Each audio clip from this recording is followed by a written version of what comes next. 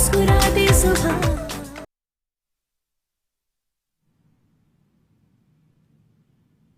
अस्सलाम वालेकुम। मुस्कुराती सुबह के साथ मैं हूँ सभी। कैसे हैं आप लोग?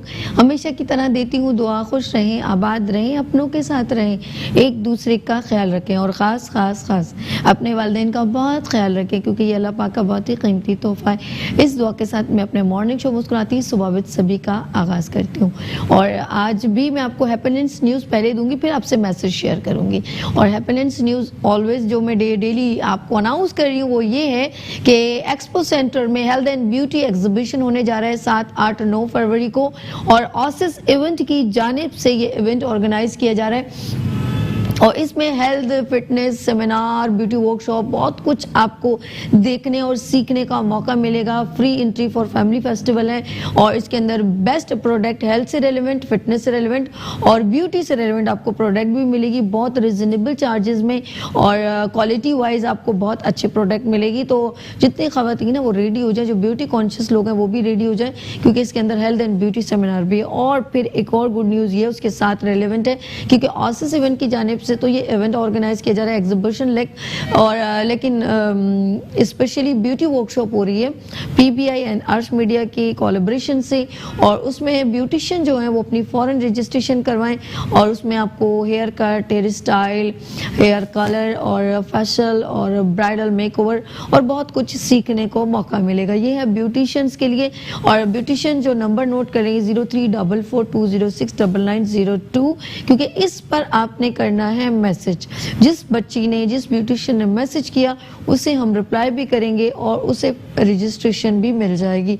ये हो गया है आपके लिए हैप्पीनेस न्यूज़ का आगाज़। अब हम करेंगे आपसे मैसेज शेयर।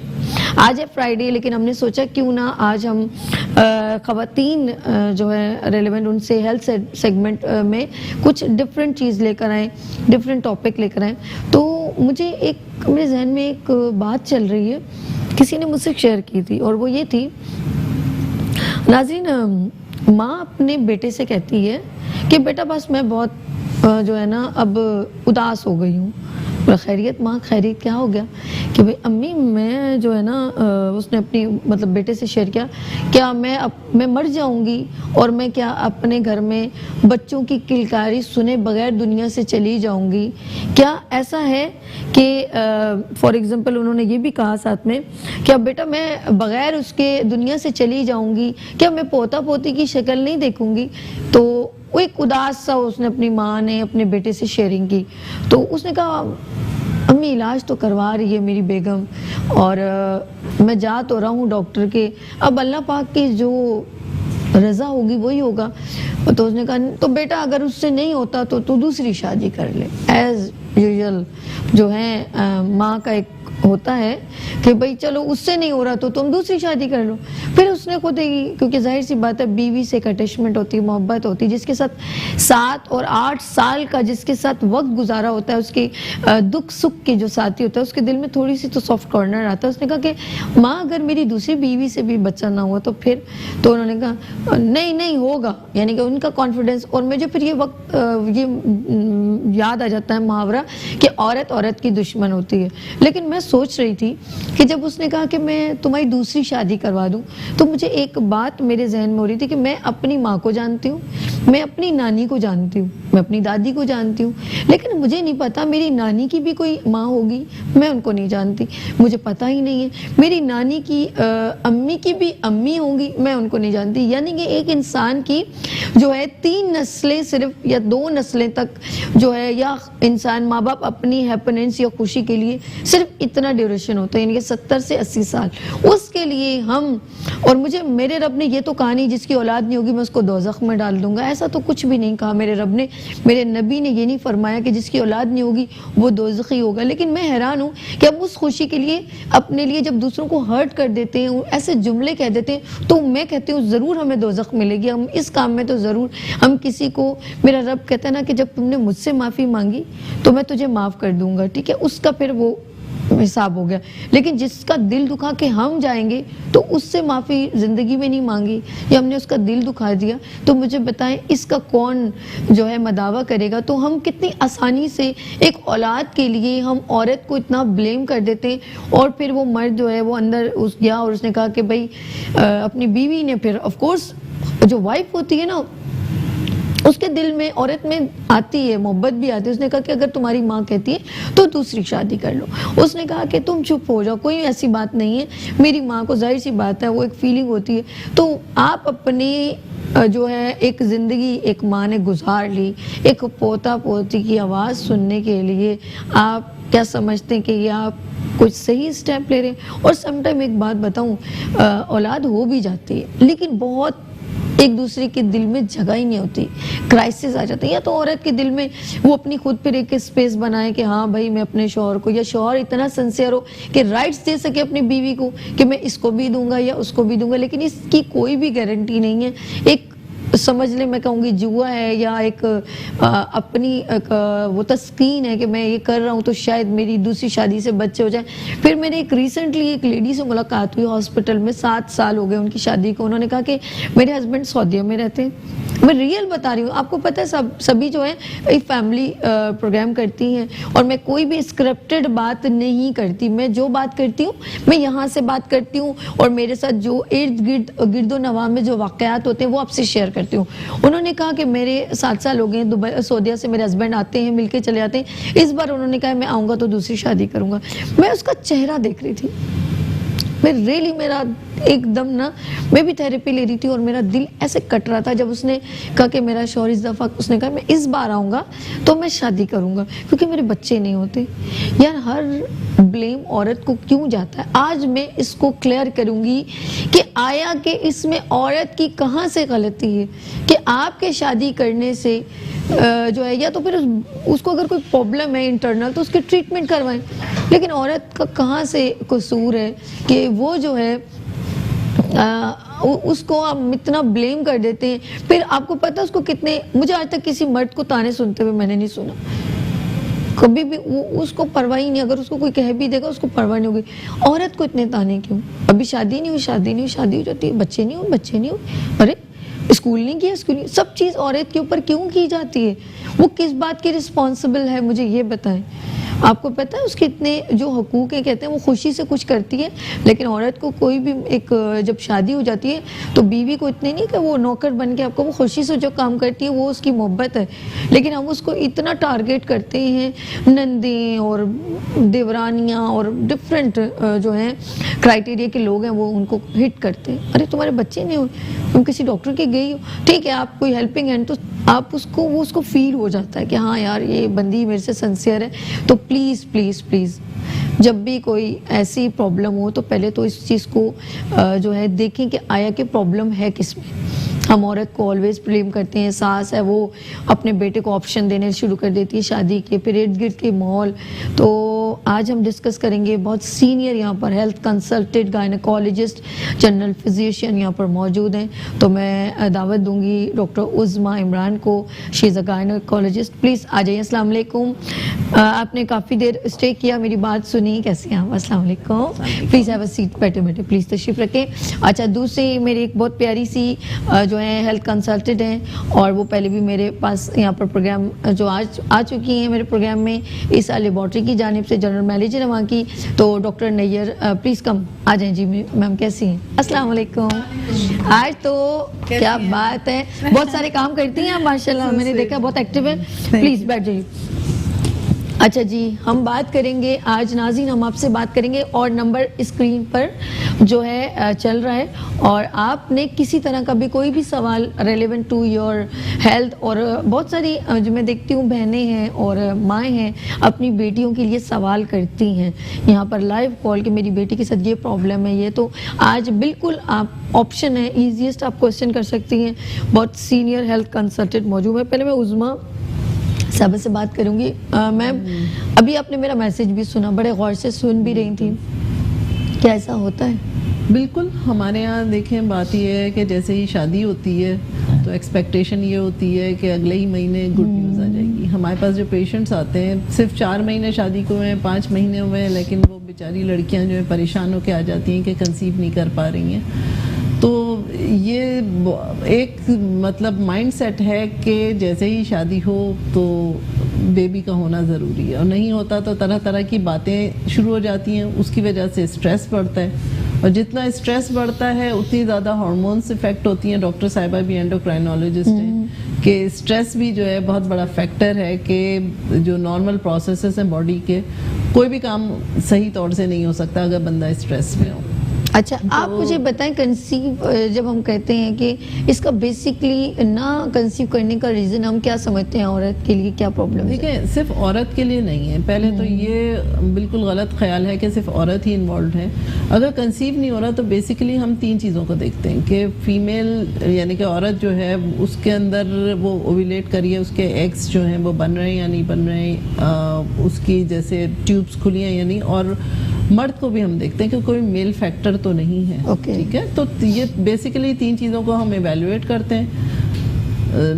बेसिक हिस्ट्री ली जाती है, मतलब पेशेंट से पूछा जाता है उसकी जो भी उसके साइकिल है रेलेवेंट वो होते हैं, और उस हिसाब से हम कुछ इन्वेस्टिगेशंस, अल्ट्रासाउंड करवाते हैं, कुछ ब्लड टेस्ट होते हैं, हार्मोन्स के टेस्ट होते हैं, कोई हार्मोनल इम्बैलेंस नहीं है वो देखने के लिए, और अल्ट्रासाउंड भी करके देखते हैं कि कोई ऐसा तो नहीं कि कोई ट्यूमर है या कोई बाज़ वक्त ओवरीज में सिस्ट हो जाती हैं। तो और बाज़ वक्त पॉलीसिस्टिक ओवेरियन डिजीज़ हमारे यहाँ बहुत ज़्यादा कॉमन है, पॉलीसिस्टिक ओवरीज, जिसमें हार्मोनल प्रॉब्लम ज़्यादा होती है। तो वो सारी इवैल्यूएशन हम बेसिकली करते हैं कि औरत में एग बनाने की कितनी कैपेसिटी है ये देखते हैं, और अल्ट्रासाउंड में ये फीचर्स देखते हैं, कोई रुकावट या कोई इस टाइप का तो नहीं है। अच्छा, ये बेसिकली और मेल के टेस्ट भी करते हैं हम, क्योंकि हमारे पास पेशेंट आता है तो मैं यही कहती हूँ कि 30%, बल्कि मोर देन 30% अब तो मैं कहूँगी कि मेल फैक्टर इन्वॉल्व होता है। सिर्फ औरत को इल्ज़ाम देना गलत है, और बहुत इम्पॉर्टेंट है कि डॉक्टर भी समझाए, और हम तो पेशेंट को एज अ कपल देखते हैं। हम हमेशा ये चीज़ इनकरेज करते हैं कि हस्बैंड और वाइफ दोनों से बात की जाए, दोनों को इन्वॉल्व किया जाए इसके अंदर। बिल्कुल, क्योंकि अगर आप हस्बैंड को नहीं इन्वॉल्व करेंगे, अगर हम सिर्फ फीमेल को ट्रीटमेंट देते रहेंगे तो बात ये होती है कि ट्रीटमेंट का फ़ायदा भी नहीं होता। मैंने कई पेशेंट्स को देखा है कि लेते रहते हैं, सालों सालों ट्रीटमेंट ले रहे होते हैं, और जब हम पूछते हैं कि हस्बैंड का कभी टेस्ट हुआ, कहती हैं हस्बैंड का तो कभी टेस्ट ही नहीं हुआ।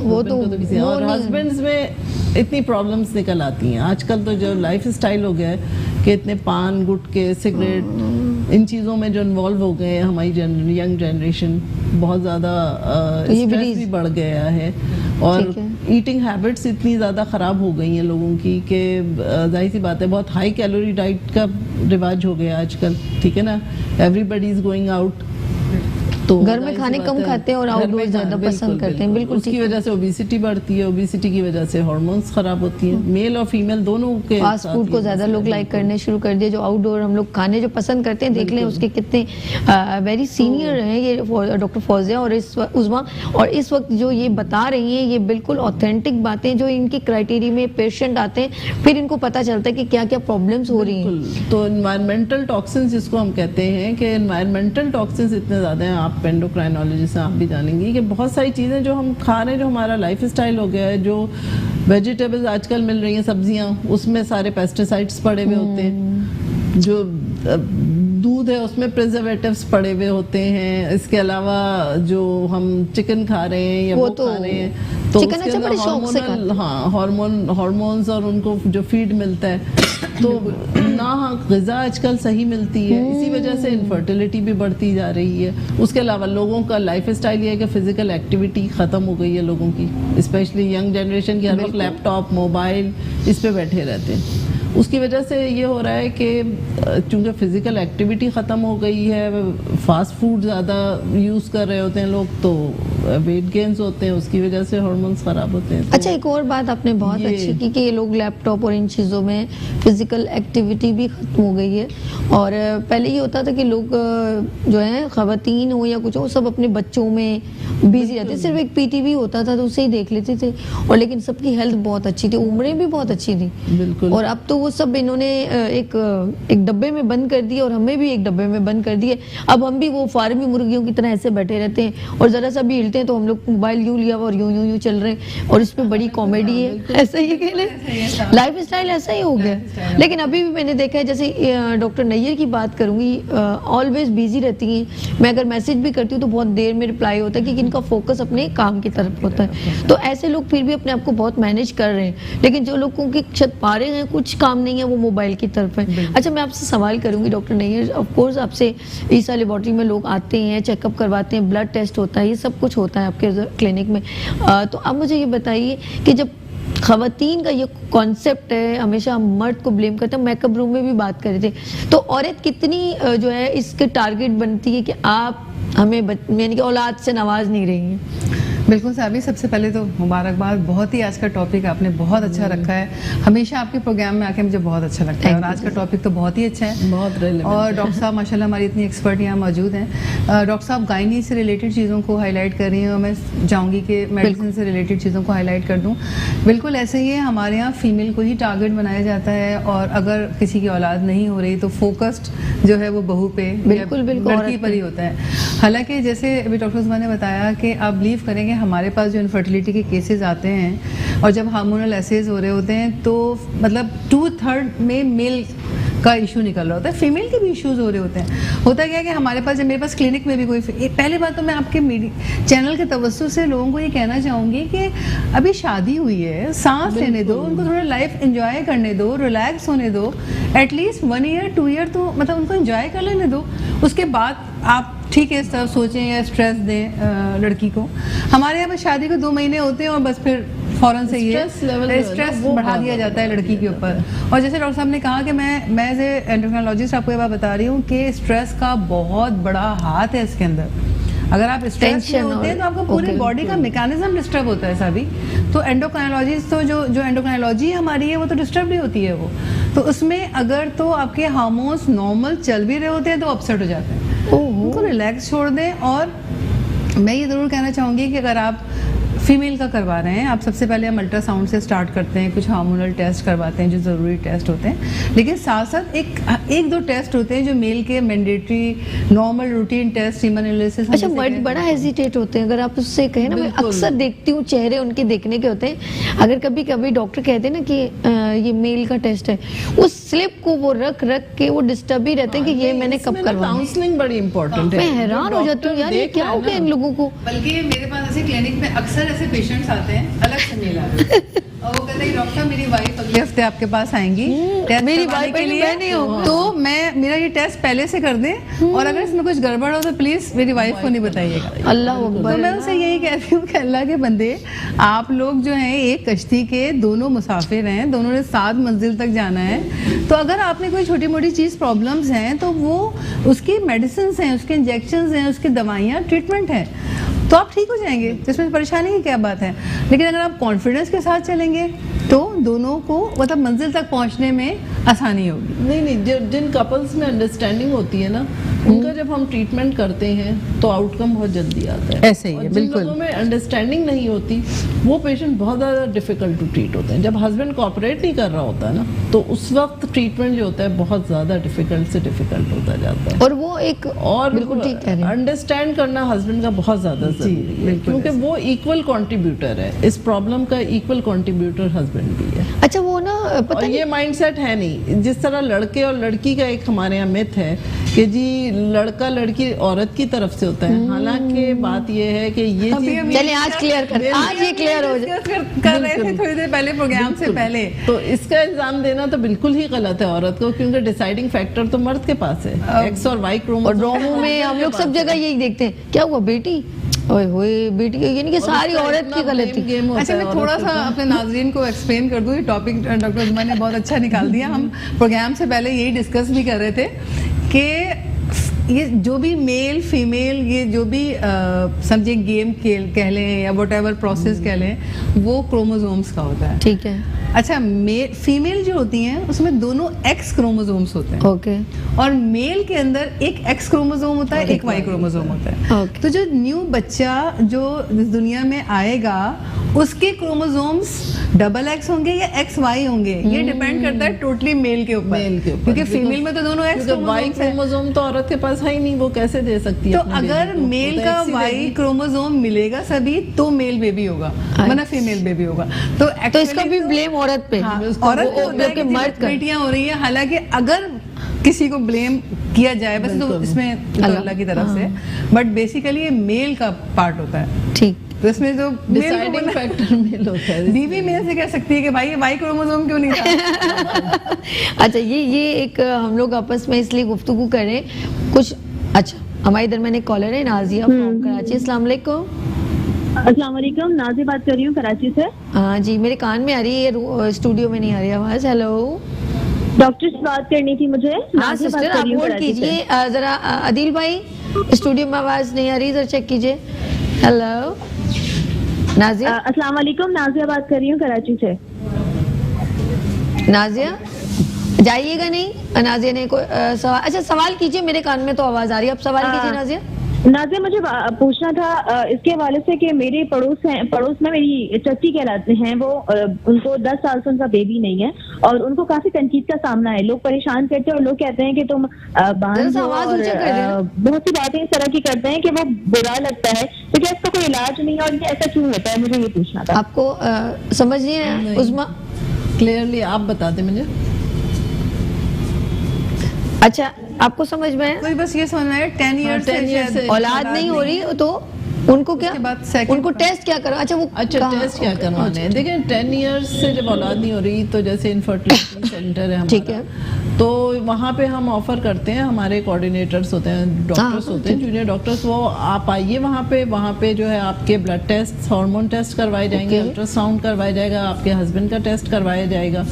उसके बाद आपका कंसल्टेंट से फिर आपकी एक कंसल्टेशन होती है, उसमें फिर डिसाइड किया जाता है कि आपको किस तरह के ट्रीटमेंट की ज़रूरत है। देखिए बहुत सारे 80% पेशेंट वो होते हैं जो सिर्फ मेडिसिन को रिस्पॉन्ड करते हैं, दवाइयाँ खाते हैं एंड दे गेट प्रेग्नेंट, ठीक है।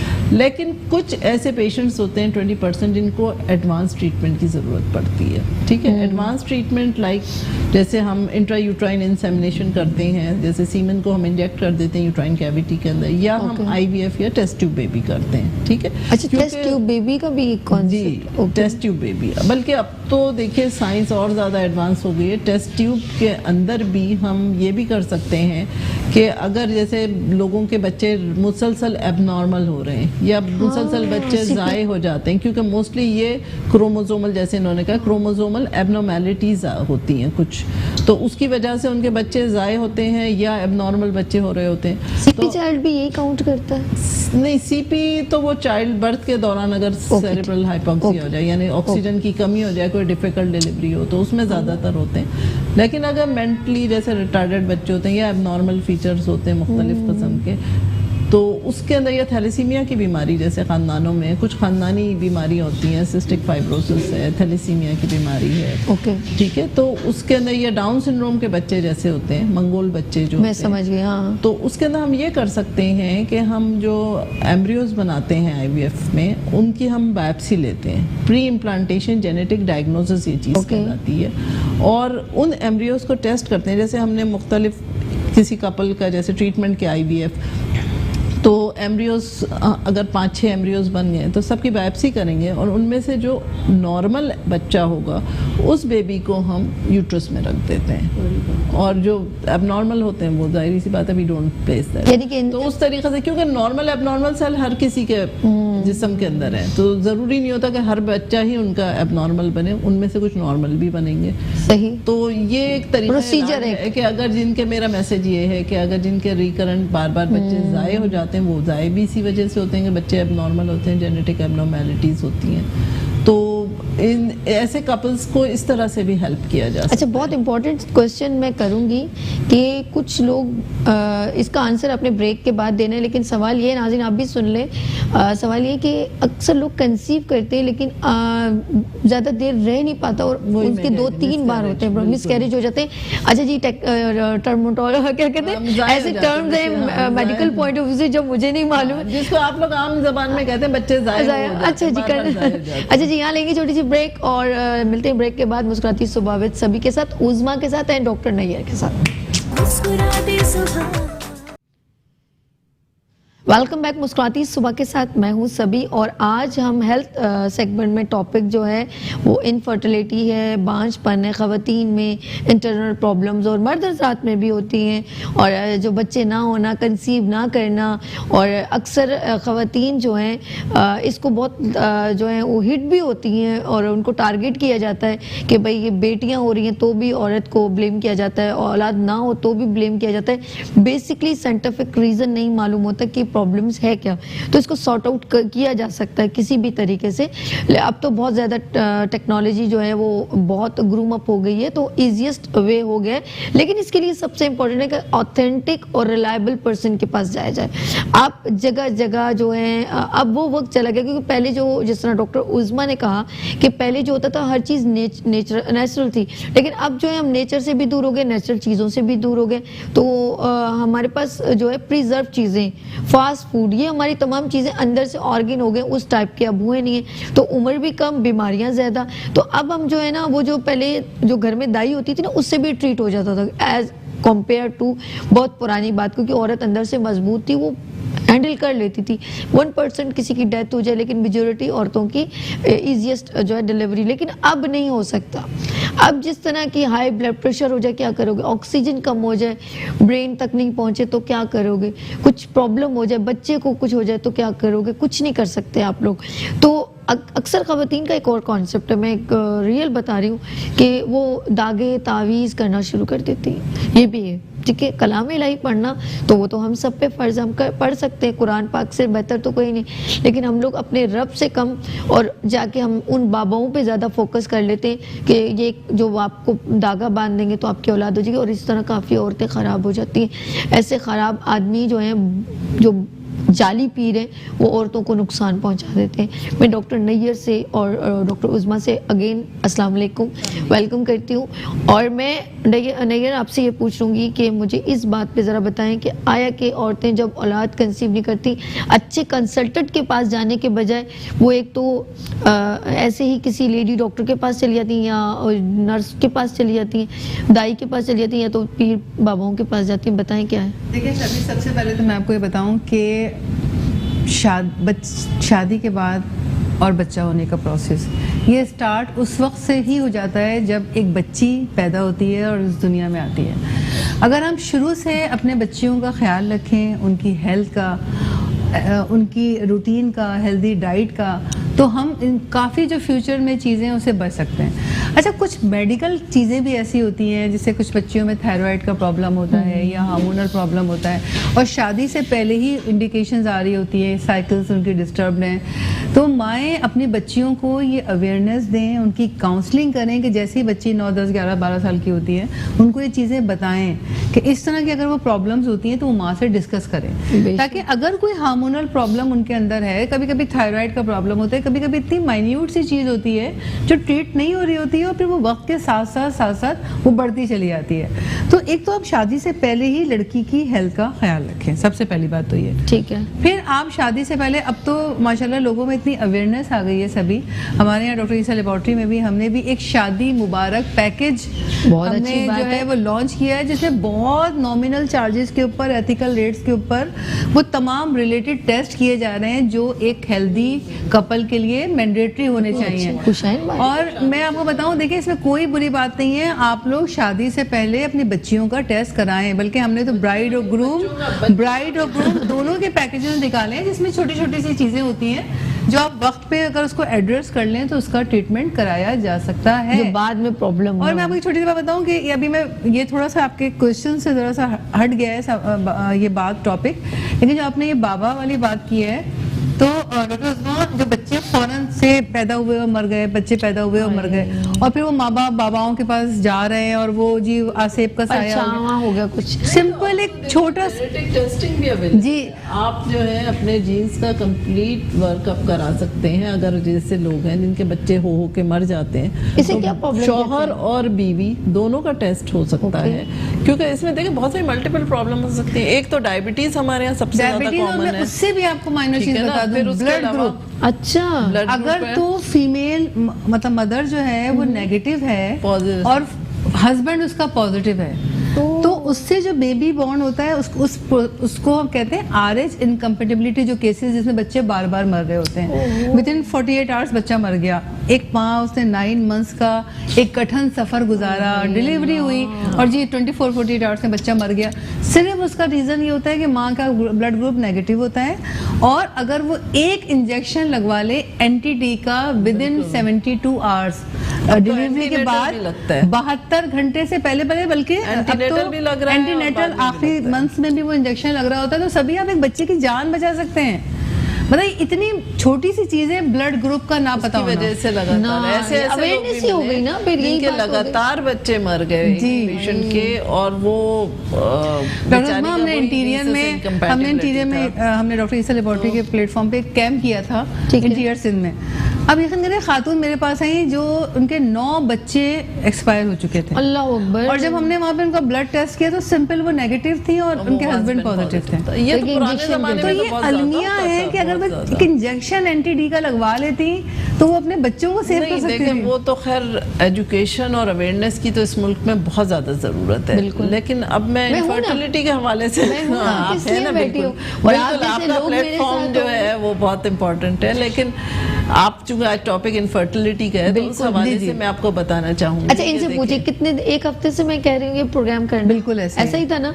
ये आज का नहीं प्रिपेयर कि मैंने कल कर दिया, ये मैं 1 वीक से लगी हुई हूँ। ये बहुत इम्पोर्टेंट है। देखिए मसला ये है कि इनफर्टिलिटी का रेट बढ़ता जा रहा है। जैसे मैंने कहा कि सारी जो हमारी जिंदगी, मतलब हमारी जिंदगियां चेंज हो गई उसकी वजह से, लेकिन इसमें यह है कि माओं को, जैसे इन्होंने बहुत अच्छी बात की कि इस चीज़ का बहुत ध्यान रखना चाहिए कि लड़कियों की, बच्चियों की बचपन से जो है ना वो ब्रॉट अप ऐसे हो कि उनको हार्मोनल प्रॉब्लम ना हो। उनकी एक तो डाइट का बहुत ज़्यादा ख्याल रखा जाए, ठीक है, प्रॉपर न्यूट्रिशन दिया जाए, और वही है कि उनको यही फास्ट फूड और इन चीज़ों को अवॉइड करना बेस्ट है।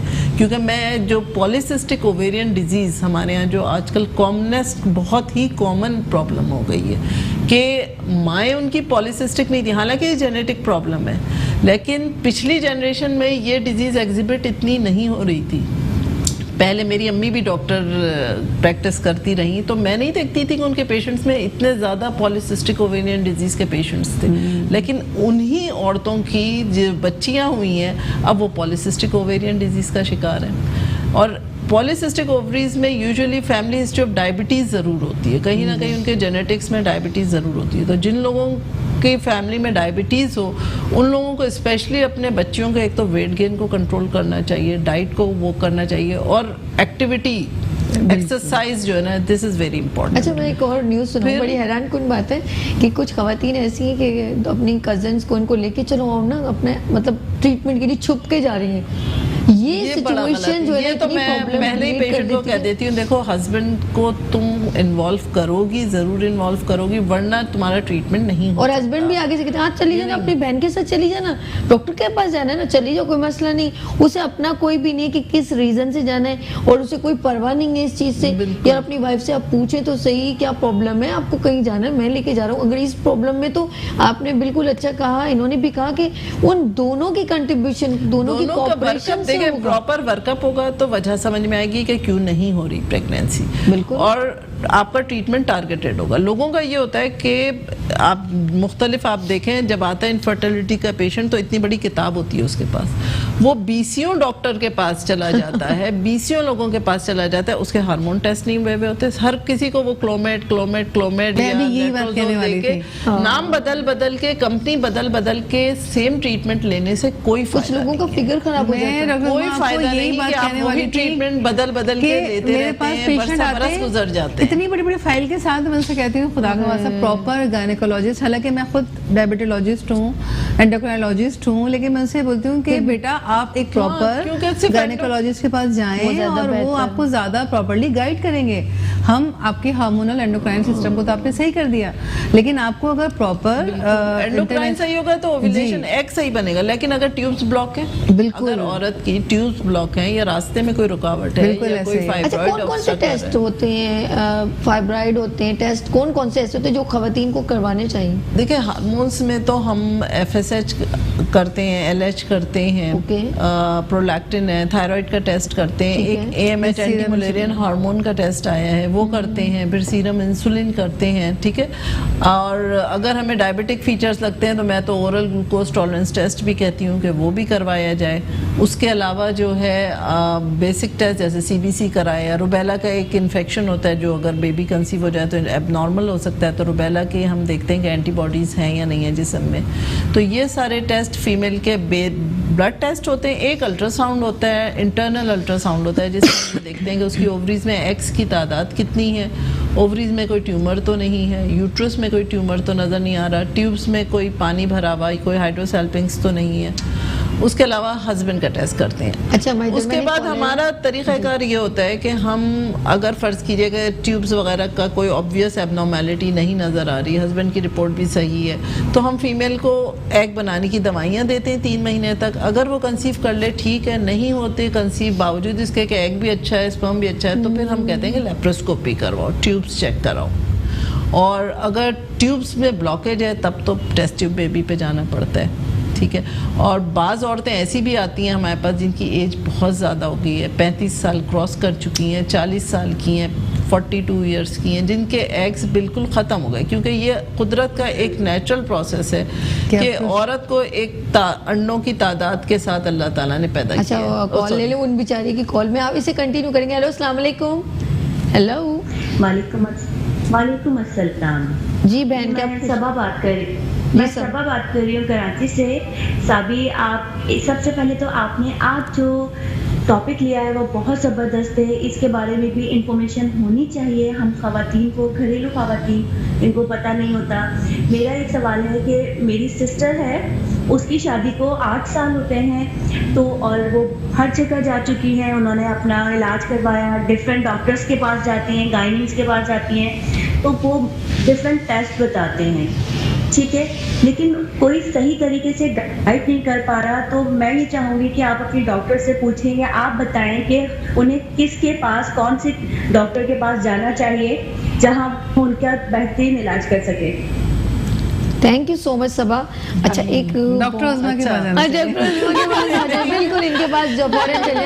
अच्छा, ये मेरी कज़न है, हमारी कज़न है, उनको 18 साल हो गए थे, तो उन्होंने ना इतने इलाज करवा करके, जब कहीं होते तो मैं उधर जा रही हूँ, अफशा मैं बता भी रही हूँ, उसने इतना टाइम होने के बाद फिर उन्होंने एक हॉस्पिटल में गई, उन्होंने कहीं इंजेक्शन वगैरह 1-2 लगाए, फिर उसके बाद उन्होंने जाना छोड़ दिया। अचानक उन्हें पता ही नहीं चला वो कंसीव हो गया। ये तो कुदरत है। मैंने कहा यार, कहती है बिल्कुल हमने भी देखा है, लेकिन मैं उनका सवाल का जवाब दे दूं कि देखें 8 साल जब शादी को हो गए तो इसका मतलब, और उन्होंने मल्टीपल इलाज भी करवाए हैं, इसका मतलब ये कि कोई प्रॉब्लम उनकी ज़्यादा क्रिटिकल प्रॉब्लम है। क्रिटिकल तो कहना गलत, मतलब इनफर्टिलिटी के लिए, लेकिन ये कि हाँ प्रॉब्लम उनकी ऐसी है जो कि सिंपल ट्रीटमेंट से हो सकता है रिजॉल्व ना हो। तो उन्हें मेरा मशवरा ये है कि किसी इनफर्टिलिटी सेंटर में रुजू करना चाहिए उनको, और इनफर्टिलिटी सेंटर में फिर उनका वर्कअप हो, और फिर जब तक रिपोर्ट सामने नहीं होगी ये नहीं कहा जा सकता कि उनका क्या सही इलाज होगा। लेकिन अगर बहुत अरसा हो जाए और एज ज़्यादा हो जाए फीमेल की, तो मेरे ख्याल में फिर उनको एडवांस इलाज करवा लेना चाहिए, जैसे IUI या IVF मेरा मशवरा होगा कि उसके बारे में सोचें वो। क्योंकि जब 8 साल और 10 साल गुजर जाए शादी को, मल्टीपल ट्रीटमेंट लिया हुआ हो, इसका मतलब कोई सिंपल उनका प्रॉब्लम जो है सिंपल ओव्यूलेशन का या सिर्फ दवाइयों से हल होने वाला मसला नहीं है। अच्छा, आपको कैसे फुल पता वर्कअप चलता होना है चाहिए? भाई सवाल है कि आपको कैसे पता चलता है कि आप उससे बिल्कुल ये समझते हैं कि आप किसी उम्मीद से ना रहे, अल्लाह दे तो दे, लेकिन अब आपके अंदर कोई, जब सारे आपने टेस्ट ले लिए, अल्ट्रासाउंड करवा लिए, आपने इंजेक्शन लगवा के भी एक प्रोसीजर चेक कर लिया, वो होता है ना कोई सिस्टम। अब मुझे बताएं कि कहाँ आप खुद वो हो जाती हैं कि प्लीज़ अब ना कोई तुम बस ये अब कोई ना मेडिसिन लो ना कुछ लो, अब हम कुछ नहीं कर सकते, तुम्हारे अंदर कोई ऐसा प्रोसीजर हमें नज़र नहीं है। आप भी तो डॉक्टर, कोई इंडिकेशन तो नज़र आती होगी ना? देखें, बाज़ वक्त ये होता है, असल देखें हम तो एडवांस इलाज जिसको टेस्ट ट्यूब बेबी कहते हैं वो भी करते हैं, लेकिन टेस्ट ट्यूब बेबी के लिए भी ज़रूरी ये है कि एक अच्छा ओवम हो, एग अच्छा हो और एक स्पर्म अच्छा हो, ठीक है। बाज़ केसेस ऐसे होते हैं फीमेल्स के स्पेशली जिसके अंदर बिल्कुल उनके एग्स ख़त्म हो चुके होते हैं, मतलब ये कि उनको मेनोपॉज हो गया होता है। अब जब मेनोपॉज हो जाए और हार्मोन्स FSH बहुत ज़्यादा हाई हो जाए, AMH बहुत ही ज़्यादा लो हो, ऐसी सूरत के अंदर उनके अपने एग से बच्चे बनने के चांसेस जो होते हैं वो ख़त्म हो जाते हैं। फिर क्या तो इसका ऐसे प्रोसीजर पेशेंट के लिए फिर बहुत नामुमकिन हो जाता है कि आप जो है उनके अपने एग से करें। अच्छा, क्या क्योंकि देखिए दोबारा बात एग ये है कि बनने के बाहर चांस के होते मुल्कों हैं? में तो ओवम डोनेशन और स्पर्म डोनेशन होता है उस गैमीट्स के लिए, लेकिन जाहिर है सी बात है कि हमारे मजहबन भी आई थिंक ये चीज़ हमारे नहीं, यहाँ क्या जायज़ फिर नहीं है। वो कुदरती खुद ब खुद कहीं अचानक बन भी जाते हैं, ऐसा कभी होता है क्या? ऐसा बहुत मुश्किल होता है कि वंस बिल्कुल ओवरीज फेल हो जाएं और अचानक हो जाए। यंग पेशेंट हो तो थोड़ा सा ही होता है कि कभी कभी रेजिस्टेंट ओवरी सिंड्रोम हम कहते हैं कि फॉर अ वाइल वो ओवा जो होते हैं वो ग्रो नहीं कर रहे होते, लेकिन वो फिर अचानक स्पॉन्टेनियस जो होती है ओवुलेशन हो जाती है ऐसे यंग पेशेंट्स में। लेकिन जिनकी एज भी ज़्यादा हो जाए और मेनोपॉज हो जाए उन पेशेंट्स के लिए बहुत यानी कि डिफिकल्ट अब हो फिर जाता है। क्लियरली डिक्लेयर कर देती है, बिल्कुल जाहिर सी बात है कि वो फिर अडॉप्शन का एक ऑप्शन रहता है कि किसी का बच्चा अच्छा, adopt मैं इधर कर मैंने ले। कॉलर है। हेलो, अस्सलाम वालेकुम। हेलो हेलो हेलो जी जी, अस्सलाम वालेकुम। वेलकम। जैसा आपका प्रोग्राम देख रहे हैं, माशाल्लाह बहुत अच्छा प्रोग्राम, बहुत अच्छी अवेयरनेस मिल रही है। ओके, तो जैसे भी ये मतलब मेरे तकरीबन 8 से 10 साल हो गए हैं, बट ये है कि कोई चाल नहीं है, तो हम गए थे। हेलो जी जी, सुन रही हूँ मेरे भाई, आपकी आवाज सुन रही हूँ। अच्छा, जी जी जी, तो वहाँ भी गए थे, तो वहाँ से भी कोई वो मतलब कोई खातर है, मेरी वाइफ को वो है अपना थायराइड है। क्या चीज़ है? थायराइड है? थायराइड है? हाँ, तो थायराइड का तो बहुत ओके। अच्छा इलाज होता है। अच्छा, और कुछ पूछना चाहें और बताइए, क्या सवाल और क्या है? नहीं, मैं ये कह रहा हूँ कि वो इलाज भी कराया है, लेकिन वो ICSI जिसको बोलते हैं वो भी कराया है। अच्छा, टेस्ट सारे करवा लिए, ओके, फिर नहीं, वो प्रोसीजर इलाज भी करवाया। सवाल वो कुछ कह रहे हैं। करना चाहें आप इनसे, उस्मा जी कर सकते हैं, वो आपसे मुखातिब बने, जी, इसलिए जी, आप बात जी। कीजिए। जी, I don't know why IVF करवाए जी। भाई बात कीजिए, डॉक्टर साहिबा सुन रही हैं, बात कीजिए। जी जी जी, वो इसको कहते हैं जी जी, इक्सी करवाए आपने। जी मैं समझ गई, आपने इक्सी कराया लेकिन कामयाब ना हो सका आपका इक्सी। हाँ, तो देखिए भाई, ऐसा है कि चलें, बहुत शुक्रिया आपने हाँ। कॉल किया। अब डॉक्टर उज़मा आपको अच्छा, बताएंगी। मैं जी। आपको ये बताऊं इक्सी के हवाले से या IVF के हवाले से कि ये वन टाइम प्रोसीजर नहीं होता। अगर एक दफ़ा आपको फेलियर खुदा ना खास्ता हो भी जाए तो आप दोबारा भी करा सकते हैं, 2 दफ़ा करा सकते हैं, 3 दफ़ा करा सकते हैं। बल्कि बाहर के मुल्कों में तो वो लोग फंड करते हैं, अब गवर्नमेंट फंड कर रही होती है उनकी साइकिल्स। तो सिंगापुर में गई थी, तो सिंगापुर में वो लोग 6 साइकिल्स देते हैं, गवर्नमेंट 6 साइकिल्स ऑफ इक्सी देती है कोई किसी भी कपल को। तो बात यह है कि उम्मीद ख़त्म नहीं होती, अगर एज़ लॉन्ग एज़, जाहिर सी बात है कि हम पाकिस्तान के हवाले से मैं बात करती हूँ कि एज़ लॉन्ग एज़ फीमेल की ओवरीज एग बना रही हैं और स्पर्म्स मौजूद हैं। अच्छा, बहुत सारी दफ़ा हस्बैंड की रिपोर्ट में आप सीमन एनालिसिस करती हैं, एजोस्पर्मी आ रहा होता है, लेकिन वो कहीं रुकावट होती है, तो हम जब बायोप्सी करते हैं, टेस्टिकुलर बायोप्सी वगैरह होती है, तो उसके अंदर स्पर्म्स उसमें भी मिल जाते हैं। तो वो थोड़े से एडवांस प्रोसीजर्स होते हैं, लेकिन उसके अंदर बल्कि आजकल तो माइक्रोस्कोप से भी बायोप्सी होती है, माइक्रोस्कोपिक बायोप्सी जो कि हमारे सेंटर में अवेलेबल है, तो वो भी होती है और उसमें भी स्पर्म्स मिल जाते हैं। बहुत ही जिनके जो स्पर्मिया बहुत ही पुअर स्पर्म काउंट्स होते हैं, लेकिन उसमें भी मिल गए हैं और प्रेगनेंसीज रिकॉर्ड हुई हैं। तो यू कीप ऑन ट्राइंग, अपनी उम्मीद को मत छोड़िए। मेरा मशवरा ये है कि उम्मीद नहीं छोड़ें। हो सकता है किसी वक्त, जाहिर है इंसान ही कर रहे होते हैं, किसी कोई चीज़ मिस आउट हो जाती है, कोई हार्मोन को ओवरलुक कर गया, कोई ये वो कर गया, तो आप दोबारा ट्राई करें। दोबारा अल्लाह ताला जो है हो सकता है कि उसमें आपको कामयाबी दे। एक चीज़ ऐड करूँ, जैसे डॉक्टर उस्मा इन्होंने बताया कि इनको थायराइड की भी प्रॉब्लम है इनकी वाइफ को, हाँ, तो ये वजह भी हो सकता है कि वो प्रोसीजर की फेल होने की वजह ये भी आपके बिल्कुल। मेडिकल से रिलेटेड इश्यूज होते हैं। ये इसीलिए कहते हैं कि अगर आप कोई प्रोसीजर करा रहे हैं तो किसी प्रॉपर ऑथेंटिक जगह से कराएं, क्योंकि उनके पास मेडिकल एक्सपर्ट्स भी होते हैं और वो दोनों ग्राउंड्स को लेकर चल रहे होते हैं। अब जैसे एंडोक्राइनोलॉजिस्ट को जी। कंसल्ट कर रहे होते हैं, कितने सारे केसेस में हमारी पेशेंट्स आती हैं सीवियर, जैसे थायराइड प्रॉब्लम है जी।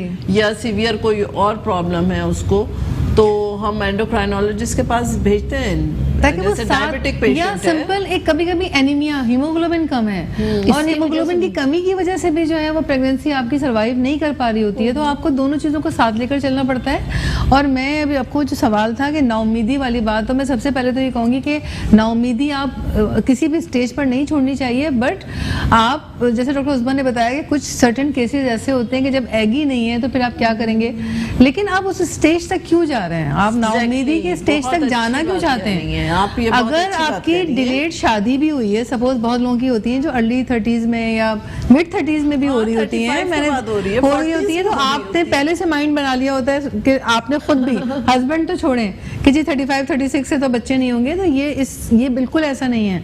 जब तक कि आपके पास नेचुरली एक भी एग आपके पास है, आप बिल्कुल प्रेग्नेंट हो सकते हैं। आप अर्ली स्टेजेस से, इस केस में मैं आपसे कहूंगी कि आप अर्ली स्टेजेस से अपने डॉक्टर्स के पास जाएं, अपने टेस्ट करवाएं। उस स्टेज तक, नाउमीदी के स्टेज तक क्यों आए? नाउमीदी के स्टेज तक नहीं आना चाहिए। अच्छा, जो कभी-कभी हमारे पास डॉक्टर्स एक भी अच्छे माइंड नहीं सेट है ना, हमारे यहाँ जो एक आज मैं एक mindset बात है, भी, तो कभी कभी डॉक्टर भी बड़े अच्छे नहीं होते। आप यकीन करें, उनको सिर्फ अपनी फीस से कंसर्न होता है। अभी मेरे जो व्यूवर्स जो कहेंगे अब सही बात पकड़ी है लड़की ने। मैं सच बताऊं, नहीं, मैं आप आपसे बहुत agree अच्छा करती हूँ। सॉफ्ट है, आप भी मैं agree कुछ लोग करती हूँ सिर्फ आपसे। फोकस होते हैं। अच्छा स्लिप जमा करवाई, बाकायदा डॉक्टर जब देखेगी, जब पहले उसके पास आएगी 1,000 रुपए की स्लिप आएगी तो वो देखेंगे, ठीक है मुझे मालूम है, ठीक है फीस है फीस, लेकिन मैं देखती हूँ उसको प्रॉपर आप टाइम दें। एक लाइन, एक तांता बना है, सारी दुनिया जैसे खलकत यहीं पर ही आई हुई है, तो वो डॉक्टर भी बस ऐसे ही जनरली वो बेचारी कितनी होप्स के साथ उस डॉक्टर के पास जाती है, और वो वैसे ही उसकी कॉन्फिडेंस इतना लैक होता है, वो चाहती है कि उसे कोई मोहब्बत से, प्यार से, वो पहले इतनी डिसहार्ड होती है, तो एक होप, डॉक्टर साहबा एक प्रोफेशनली उसका अंदाज होता है, तो वो क्या ट्रीट करेगी। हमारी इधर मैंने एक कॉलर है। हेलो अस्सलाम वालेकुम। हेलो गुलनार हमारे साथ है। हेलो अस्सलाम वालेकुम। वालेकुम अस्सलाम। कैसी हैं गुलनार? डॉक्टर अजीमा से बात कर रही है जी बात कीजिए दीदी। डॉक्टर मेरी बेटी है, माशाल्लाह से 20 साल की है। दीदी उसका पेट बहुत ज्यादा है, वजन उसका बढ़ा हुआ है, हाँ उसके मैंने ब्लड टेस्ट करा लिए। अच्छा, तो किसी ने तो मुझसे कहा कि बिल्कुल ठीक है टेस्ट वगैरह, और किसी ने मुझसे कहा कि इनको थायराइड है, किसी ने इसके गले में सूजन होती है, सो के उठती है तो आंखों के ऊपर सूजन होती है, हाँ थायराइड हो सकता है उसको। ये इसके जो ऊपर की बाजू है ये सूजे हुए होते हैं, जैसे एकदम से ऐसा लगता है कि बिल्कुल मोटी हो गई है बहुत ज्यादा। हाँ तो और इसकी पेट भी बहुत बड़ा हुआ है। नहीं, तो आप एक काम कीजिए दीदी। वहाँ मेरे डॉक्टर ने मुझे दिखाया तो उन्होंने कहा कि इनकी भतीजानी में कोई वाइट सी थैलियाँ बन रही है। अच्छा, तो फिर वो उन्होंने मुझे दवा दी 1 महीने की, एक शुगर की दी थी गोली और पतली आपकी फिक्स की दी थी, 1 महीने खिलाया लेकिन कुछ फर्क नहीं आया। नहीं देखें ये, हाँ नहीं देखें मसला ये है चलेंगे कि डिटेल में आंसर दें, पहले सवाल सुन लेते हैं, ठीक है। बहुत शुक्रिया गुलनार बाजी आपने कॉल हाँ किया। अभी नहीं, आप मैं जो डिटेल में समझ सुनिए रही हूँ ना आंसर। इनकी बेटी की, जो उन्होंने पानी की थैलियां कही हैं, वो मेरे ख्याल में वही जो मैं बात करी थी पॉलीसिस्टिक ओवरीज होंगी। और देखें इलाज 1 महीने और 2 महीने का नहीं होता। आपको ये चीज़ समझनी होगी कि पॉलीसिस्टिक ओवरीज ऐसे ही है जैसे डायबिटीज़ की बीमारी। आपने दवाई खिलानी है मुसलसल लंबे अरसे के लिए, 6 महीने साल खिलाइए, स्लोली जो है उसका वज़न कम होगा। और दूसरा उसकी एक्सरसाइज और डाइट, सबसे ज़्यादा इम्पॉर्टेंट ये होता है कि बच्ची का जो रहने का तरीक़ा है उसको बदलें, उसका वज़न कम कराएं, उसकी डाइट को कंट्रोल कराइए, क्योंकि पॉलीसिस्टिक ओवरीज में हार्मोन्स ख़राब होती हैं। हार्मोन्स ख़राब होने से वज़न बढ़ता है, वज़न बढ़ने से मज़ीद हार्मोन ख़राब हो जाती है। तो इसको रोकने का तरीक़ा यही होता है कि आपने जो है उसकी डाइट को कंट्रोल करना है।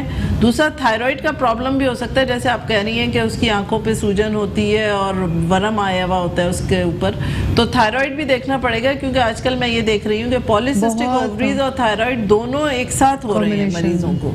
और थायराइड की अगर प्रॉब्लम होती है, जैसे हाइपोथायराइड है तो थायरोक्सिन की गोली उसको नहार मुंह खिलानी होगी आपको।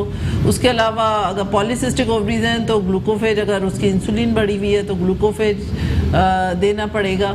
और घबराए नहीं, ये कोई अंदर रसौली नहीं है जो उन्होंने बताई है ना कि पानी की थैलियां हैं, वो रसौली नहीं होती है, उसका इलाज दवाइयों से ही होता है, उसके लिए किसी सर्जरी की ज़रूरत नहीं होती है। क्या बात है। अच्छा जी, हमने बहुत कोशिश की, हम अपनी बातें, हमारा अवेयरनेस हेल्थ सेगमेंट है वो लोगों तक पहुंच सके, कोशिश करते रहना चाहिए। बिल्कुल। और आपने हमें इतना कोऑपरेट किया, प्रोग्राम में आए, आपका बहुत शुक्रिया। थैंक यू सो मच, बहुत एंजॉय किया आपके प्रोग्राम में। बहुत अच्छा अच्छा है ना, हम लोग अपना एक हिस्सा मिलाते हैं और लोगों को अवेयरनेस देते हैं। डॉक्टर नैयर, आपका बहुत शुक्रिया। Thank you so much, आपसे फिर मैं इंशाल्लाह ट्यूसडे को फिर मुलाकात करेंगे।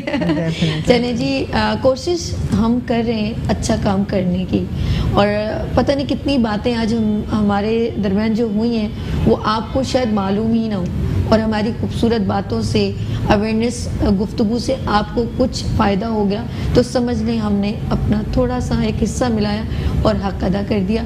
आप लोगों ने कहीं नहीं जाना, क्योंकि इसके बाद फिर मैं आपके खिदमत में हाजिर हो जाऊंगी थोड़ी देर में। थोड़ा सा है न्यूज़ ब्रेक का टाइम, यहाँ लेते हैं छोटी सी ब्रेक और मिलते हैं ब्रेक के बाद मुस्कुराती सुबह विद सभी के साथ।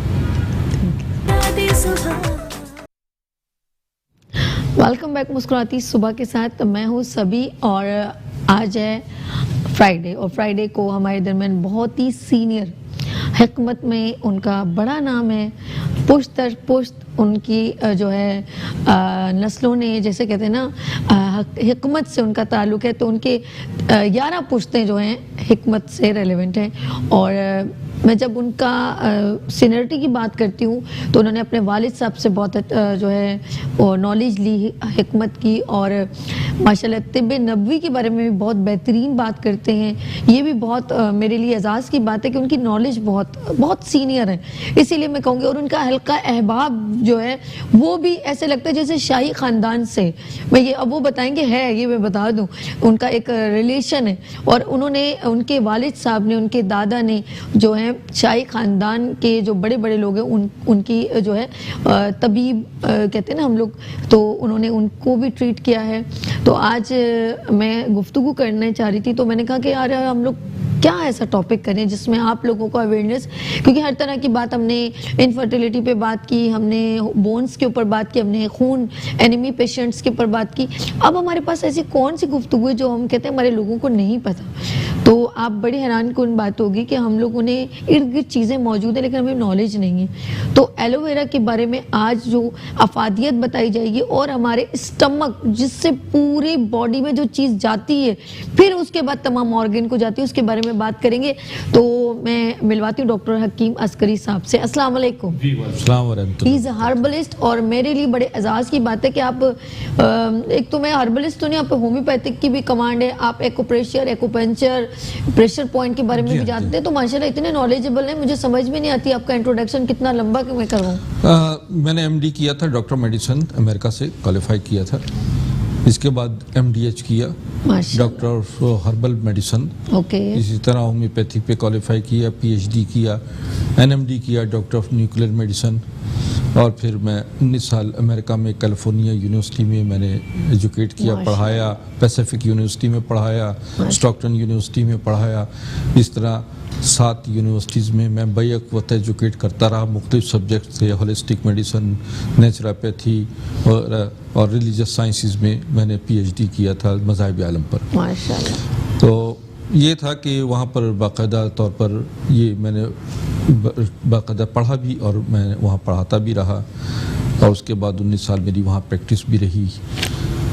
पाकिस्तान आ गए, मैं यहाँ पर, मेरे वालिद हकीम सैयद ज़फ़र अस्करी तबीबुल असर, ये शाही तबीब थे, शहनशाह ईरान के, रज़ा शाह पहलवी के, और ज़ाहिर शाह जो अफ़गानिस्तान के बादशाह थे उनके भी फिजिशियन थे। इस तरह अमाइदीन सल्तनत के वो मौलिज रहे। मेरे दादा हकीम सैयद ज़फ़र याब अली शाह देलवी, उनका खिताब था हाज़िक़ुल हिंद, यानी स्कॉलर ऑफ इंडिया। और 7 रियासतों के मौलिज थे, जिसमें हैदराबाद दक्कन, खैरपुर, मीरत सिंध स्टेट के, और रामपुर स्टेट, लोहारू स्टेट, और मैं ख़ुद भी जूनागढ़ नवाब ऑफ जूनागढ़ का रॉयल फिजिशियन हूँ और पीर साहब पगाड़ा का भी मैंने इलाज किया, उनका भी फैमिली मौलिज रहा और इसी तरीके से पाकिस्तान की बड़ी अमायदीन सल्तनत और बैरून ममालिक के बड़ी खसूसी शख्सियात से आज रहा मुझे रब्ता। आपने मजबूर कर दिया। एक आखिरी अच्छा कि बताइए। मेरे दादा हाँ, वो उनका नाम था मसील हिंद, उनका टाइटल था हकीम सैयद महमूद अली शाह देलवी। अच्छा इन्होंने मलका विक्टोरिया का इलाज किया था सन 1800 में देखे ना, और जॉर्ज हश्तम का इलाज किया अल्लाह। और वहाँ पर आज बड़े-बड़े भी नाम हैं उनकी ये। बड़ी कदावीज तस्वीर मौजूद है, उनकी बायोग्राफी मौजूद है माशाल्लाह। और मेरे अबू अजदाद में हमारी 11वीं नस्ल जो है वो हिकमत से वाबस्ता है। क्या बात है। तो मैं वैसे मेरा ये एजाज़ है मेट्रो चैनल का कि वो मुझे अवाम उन्नास के सामने ले आए, वरना ये था कि हम बड़े अपने आप को ज़रा मैं वो रखते थे। नहीं आपका हल्का है बाप बहुत जो है मैं कहती हूँ बारो मोतबर टाइप के लोगों से मैं आपकी देखती हूँ अलेक्स और बहुत सीनियर लोग और मौज़िज़ीन में इन आपका नाम आता है। और आज आपने बड़ी प्यारी सी जो है क्या कहते हैं इसे, शेरवानी तो नहीं कहूँगी, ये नहीं इसे चोगा कहते हैं। चोगा है, बड़ा प्यारा लग रहा है। और ये मुझे बताएं आपने कहीं डकैती न पड़ जाए, ये सोने की चीज लेके क्या घूम रहे हैं? हाँ, आजकल ये तो डर असल में लगता है। ये है क्या तो है? दो गोल्ड बार में, मैंने देखा पहना मगर आपको। इसके अंदर जो है एक खास किस्म की लिफ है मौजूद, ये क्या चीज है और है? ओरा इसे कहते हैं। अच्छा ये आपको इसके अंदर एक खुलता है, इसको बाकायदा खोला जाता है और इसके ओके। अंदर रखी जाती है वो जड़ी बूटियाँ, अच्छा जिससे में आप अपने इर्द गिर्द 3 जो है मीटर 3 गज तक 3 मीटर तक जो है वो आपके इर्द गिर्द जो है वो नहीं आ सकता, किसी वायरल इन्फेक्शन का शिकार नहीं आप हो सकते। ये आपको प्रोटेक्ट रखता है, महफूज रखता है मुख्तलिफ बीमारियों से भी, बड़ी बात। क्योंकि हमें मरीज भी देखना पड़ते हैं और अपने आप को महफूज भी रखना पड़ता है। तो उसके लिए ये ओरा जो है ये इसमें गोल्ड में हमने रखा हुआ है जो कि हमें भी महफूज रखता है मुख्तलिफ बीमारियों से, फ्लू से, मौसमी बीमारियों से, वबाई बीमारियों से। अच्छा वही मैं सच हूँ यार ये सोच रही कि यार ये क्या मर्द हज़रात ज़ाहिर बात है इनको मैंने कभी देखा नहीं ऐसी चीज़ें पहनते हुए, तो मैं कह रही हूँ यार ये 2 बार मेरे जहन में आया कि ये पिछले वीक भी था, मैं भूल गई जहन से निकल के आपकी गुफ्तगू में। मैं कह रही हूँ यार ये क्या है गोल्ड की चीज़, इन्होंने चैन पहनी हुई है, मर्द हज़रात को कहाँ इतना होता है। तो आज पता चला कि ये एक बेसिकली अपने हेल्थ को फिट करने के लिए। हमारी तो मैंने कॉलर है। हेलो अस्सलाम वालेकुम। हेलो जी अस्सलाम वालेकुम। अस्सलाम वालेकुम। जी वालेकुम अस्सलाम। जी शाजिया क्या पूछना है आपने? बेटा मुझे डॉक्टर से बात करनी है, हकीम साहब से। जी बात फरमाइए। कीजिए। अस्सलाम वालेकुम हकीम साहब। जी वालेकुम व रहमतुल्लाहि व बरकातुहू। हकीम साहब मुझे ये मालूम करना है, मेरा बेटा है 8-9 साल हो गए इसको, जी उसकी ये गर्दन की हड्डी बहुत ज्यादा हिलती है और आंखें की जो ये आंखों के ऊपर के ये है पलक, जी। ये एकदम से रुक जाती है, ठहर जाती है ऊपर के साइड में, अजीब किस्म की आंखें हिलाए तो कहते हैं मेरे सर में दर्द होने लगता है अगर मैं इसको कंट्रोल करता हूँ। सही। और आंखें सुर्ख हो जाती है। आप कराची से कभी उंगलियां हिलाएंगे, कभी हाथ हिलाएंगे, कभी वो पैर हिलाएंगे, बहुत दवाइयां करी, कुछ फर्क नहीं पड़ रहा है। आप कराची से कुछ समझ नहीं आ रहा है। हाँ ये किसी कराची ने बताया कि इनको दिमाग की कोई तकलीफ है, सीटी स्कैन कराया बासी से, तो उन्होंने बताया कि इसके दिमाग में कोई बाउल सा है वाइट। ओहो फिर मैं बहुत परेशान हुई, मैं फिर गिरा गई। वहां से जब मैंने सीटी स्कैन कराया तो नॉर्मल थे, फिर मैंने दिमाग की पट्टी करवाई, वो भी नॉर्मल। तो कुछ समझ में नहीं आ रहा कि दिमाग की वजह से क्या हड्डी बहुत इसकी, जैसे कि बहुत ज्यादा अगर काम पे बैठे तो थकावट हो जाती है, कहेगा मेरी हड्डियों में, जोड़ों में भी दर्द हो रहा है। ठीक है, मैं आपकी बात समझ गया। चलिए आप शाजिया, बहुत शुक्रिया आपने टीवी कॉल देखिए और मेरी बात को जरा गौर से सुन लीजिएगा। बिल्कुल बिल्कुल जी डॉक्टर। असल में बात यह है कि इनका एक तो मेंटल ब्लॉकेज है, ब्रेन ब्लॉकेज कहा जाए, डिसऑर्डर हुआ है, तो उसकी वजह से जो है ये अपनी हरकत और सकनात जो है ये बच्चा जो है वो इस किस्म की कर रहा है। आप ऐसा कीजिए, मेरे क्लिनिक पे तशरीफ़ लाइए। मेरा क्लिनिक जो है वो आपको एड्रेस स्क्रीन पे नज़र आ रहा है। क्लिनिक में आइए और इनकी रिपोर्ट्स भी ले आइएगा। मेरे पास खुद ऐसी डिवाइसेस मौजूद हैं जो पूरी बॉडी की इन्वेस्टिगेट करती है, डायग्नोस करती है और वो बताएगी कि डिवाइस के कहाँ कहाँ ब्लॉकेज है। इंशाल्लाह वो ब्लॉकेज हम खोल देंगे और उसके लिए आपको मेरे से रब्ता करके अपॉइंटमेंट लेकर तशरीफ लाना। बेशक, क्योंकि कोई टोटकों से तो नहीं होगा जब तक बच्चा बड़ा कॉम्प्लिकेटेड केस है, इसके लिए जो है वो बाकायदा इंशाल्लाह ऐसे बहुत सारे केसेस आते हैं मेंटल डिसऑर्डर के, ब्रेन ब्लॉकेज के, स्पाइनल कॉर्ड सर्वाइकल के ब्लॉकेज के, और इसके लिए मेरे पास बाकायदा बाहर से ऐसी मशीनें हैं जो बॉडी को खुद स्कैन करती हैं और वो सर्वाइकल और स्पाइनल कॉर्ड को उसकी अलाइनमेंट करती है, एडजस्टमेंट करती है। जो पेशेंट हमारे इस वक्त सुन रहे हैं जो सर्वाइकल के या यानी रीढ़ की हड्डी के और गर्दन के मोहरों के मरीज़ हैं, वो ख़ास तौर पर ये सुन लें कि ये रीढ़ की हड्डी जो है ये आपका पिलर है बॉडी का। ठीक है। अगर ये हिल जाता है, इसके अंदर ब्लॉकेज आ जाती है, कोई वेंस दब जाती हैं, तो जिस्म का कोई ना कोई हिस्सा जो है वो पैरालाइज हो जाता है, मुतासिर हो जाता है, समझे ना। और शटिका भी इसी का एक हिस्सा है। इसी तरह फॉलिज है और इसी तरीके से बहुत सारे ऐसे मामलात हैं जिसमें आप मिग्रेन है, मिग्रेन में भी ऐसा प्रॉब्लम होता है। और इसी तरीके से आपको बहुत सारे मामलात मैं बताता हूँ जिसमें आप के शिवरिंग होती है, जिसे रशा कहते हैं, वो भी उसका भी ताल्लुक ब्रेन से है। मिर्गी का ताल्लुक भी ब्रेन से है। अच्छा, मैं इधर मैंने कॉलर है। हेलो, अस्सलाम वालेकुम। हेलो,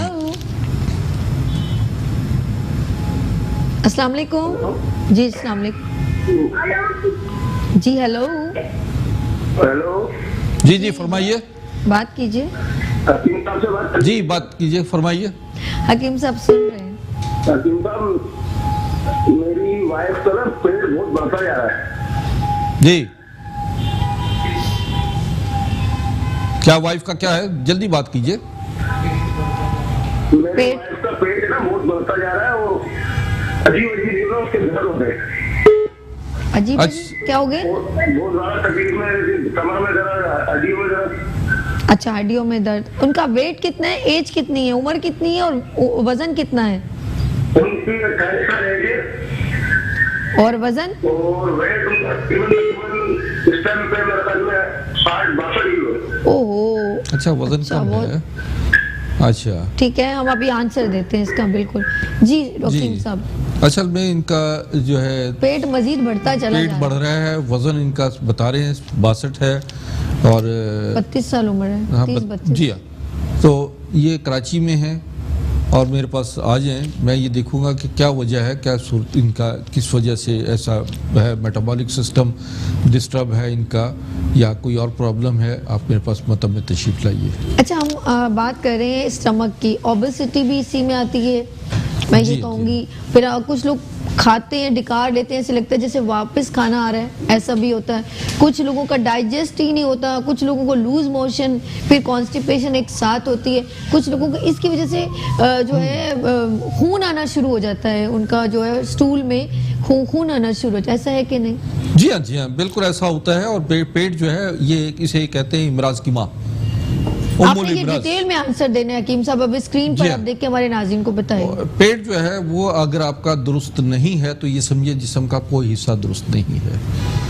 पेट जो है ये आपका, ये समझिए कि बहुत सारे इमराज जो हैं पेट की खराबी की वजह से पैदा होते हैं। निज़ाम हज़म की खराबी, आपका पूरे जिस्म का, यानी मैदा खराब तो जिगर खराब, और अगर जिगर खराब है तो आपका खून नहीं बन रहा, आपके अंदर फ्रेश ब्लड पैदा नहीं हो रहा, और आपका निज़ाम हज़म की ख़राबी की वजह से गैस्ट्रिक होती है और इसकी वजह से कब्ज़ भी हो जाती है। और जो लोग कब्ज़ का शिकार रहते हैं वो लोग अमूमन बीमार रहते हैं, उनको परेशानियाँ लाक होती हैं और ऐसा मरीज़ जो है वो ग़िज़ा के हवाले से ख़ास तौर पर मोहतात रहे, सब्ज़ी और फलों का इस्तेमाल करें। जी फरमाइए, को कॉल। हाँ जी, हेलो। अस्सलाम वालेकुम जी फरमाइए। वालेकुम सलाम। मेरा नाम जैनब बीबी, मैं कराची कलापीठा से बात कर रही हूँ। जी जैनब। तो मैंने तकरीबन 20 साल जॉब किया है जी। अभी 1.5 माह हुआ है घर में हूँ। और जैसे मैं सफर करती आ जाती मेरे सीने में तकलीफ होती है, जल्दी जल्दी जैसे देर होती जॉब के लिए जल्दी जल्दी चलती हूँ तो मेरे सीने में तकलीफ होती है और मेरा दाया कंधा दर्द करता है और मेरा दाया पाँव, जी। मेरे पाँव में जरा घुटने के नीचे वरम आया हुआ है। आपकी उम्र क्या है? मेरी उम्र है ये 52 साल। आप कहाँ से बात कर रही हैं? मैं कराची कजाती टाउन से। अच्छा, इसके अलावा आप में आपको गैस्ट्रिक भी रहती है? गैस है जी हाँ सर। वजन कितना है आपका? सर मैंने आपने वजन नहीं किया, सच बता रही हूँ, मुझे पता नहीं है। नहीं, वैसे आप मोटों में शुमार हैं या दुबलों में? नहीं मैं दरमियाने हूँ, ना बहुत मोटी ना बहुत पतली हूँ। अच्छा, ये सीने में दर्द कब से है आपको? सर ये तकरीबन 15 साल हो गए तकलीफ होती है और मैंने तवज्जो नहीं दी। ठीक ठीक। और अभी मेरे घर में भी कोई बड़ा फर्ज नहीं है जो घर के लिए वो करे। अच्छा, आपकी बड़ी मेहरबानी होगी। आप मुझे बता दें, मेरे ये टांग के नीचे थोड़ा वरम आया है, घुटने के पीछे साइड पे बीच। ठीक है, आप टीवी देखिए, मैं आपको बताता हूँ। अच्छा खातून, ये मामला जो आप बता रही हैं 15 साल पुराना है, बड़ा गंभीर है, इसमें बड़ी कॉम्प्लिकेशंस पैदा हुई हैं। तो इसके लिए मैं आपको कोई नुस्खा नहीं बताऊंगा, ना ये टोटकों से इलाज हो सकता है। इसके लिए बाकायदा मतलब तशरीफ़ लाइए और मेरा स्क्रीन पर आप देखिए फ़ोन नंबर एड्रेस चल रहा है। मैं वैसे भी बता देता हूँ, मैं गुलिस्तान जौहर में ग्लैमर मोबाइल मॉल है, ये लासानिया रेस्टोरेंट है राशिद मिन्हास रोड पर, यहाँ मैं मतलब कर रहा हूँ। और मैं हफ्ता और इतवार को सुबह 11 से 2 और शाम 5 से 9 बजे तक, और बाकी दिनों में मैं शाम 5 से 9 बजे तक बैठता हूँ, मरीज़ देखता हूँ। आप तशरीफ़ लाइए, अपनी रिपोर्ट्स वगैरह लेकर आ जाइए। आप आने से पहले मुझसे अपॉइंटमेंट ज़रूर ले लीजिएगा। तो बात हो रही थी, हेलो हेलो हेलो। अस्सलाम वालेकुम। जी वालेकुम। क्या हाल है सर? अल्लाह की रहमत, अल्लाह आपको सलामत रखे। फरमाइए आपका मसला। सर मसला ये है कि मैं ना खाता पीता बहुत माशा खाता हूँ और हेल्दी रहता हूँ, खुश रहता हूँ, लेकिन कमज़ोर रहता हूँ बहुत ज़्यादा। अच्छा, उम्र क्या आपकी? 35 है जी। 35। वेट कितना है? 25 जी 25। वजन कितना है आपका? 55। वजन 65 है। 55। अच्छा 55 है। अच्छा ठीक है, मोशन वगैरह तो नहीं रहते? गैस्ट्रिक तो नहीं होती? नशा वगैरह कोई नहीं करता। ठीक बेटा, मैं आपको बताता हूँ, आप टीवी देखिए, आप मेरा जवाब सुनिए। अच्छा, इन साहब के लिए ये है कि ये एक तो अपना मुकम्मल चेकअप करवा लें आकर, इसके अलावा अपने ग़िज़ा में बेहतरी लाएं। दूध, दही, फल, सब्जियां, सलाद, इसका ज़्यादा से ज़्यादा इस्तेमाल करें। देखिए, दुनिया में 2 किस्म के लोग बहुत ज़्यादा बीमार होते हैं। एक वो जो बहुत ज़्यादा खाते हैं और कम काम करते हैं, और वो अपना वज़न उसकी अपनी ताकत से ज़्यादा बढ़ा देते हैं, जिसकी वजह से उनकी टांगों में, कमर में शदीद दर्द होता है और असाबी कमज़ोरी हो जाती है, ब्लड प्रेशर, शुगर, हार्ट की प्रॉब्लम्स हो जाती हैं, क्योंकि वो अपने कंज्यूम नहीं करते अपने आप को, यानी वॉक, एक्सरसाइज, मुशक्क़त की ज़िंदगी नहीं गुजारते। एक वो लोग जो कम खाते हैं और कम ज़्यादा काम करते हैं, वो भी इसी तरह हो जाते हैं कि वो दुबले रहते हैं, उनका मोटापा, उनको सेहतयाबी की तरफ वो नहीं आते। उनकी भी ग़िज़ा में तवाज़ुन उनका बरकरार रहना चाहिए।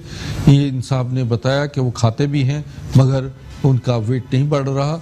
ऐसी सूरत में इन्हें मेरे पास आके अपना चेकअप करवाना है।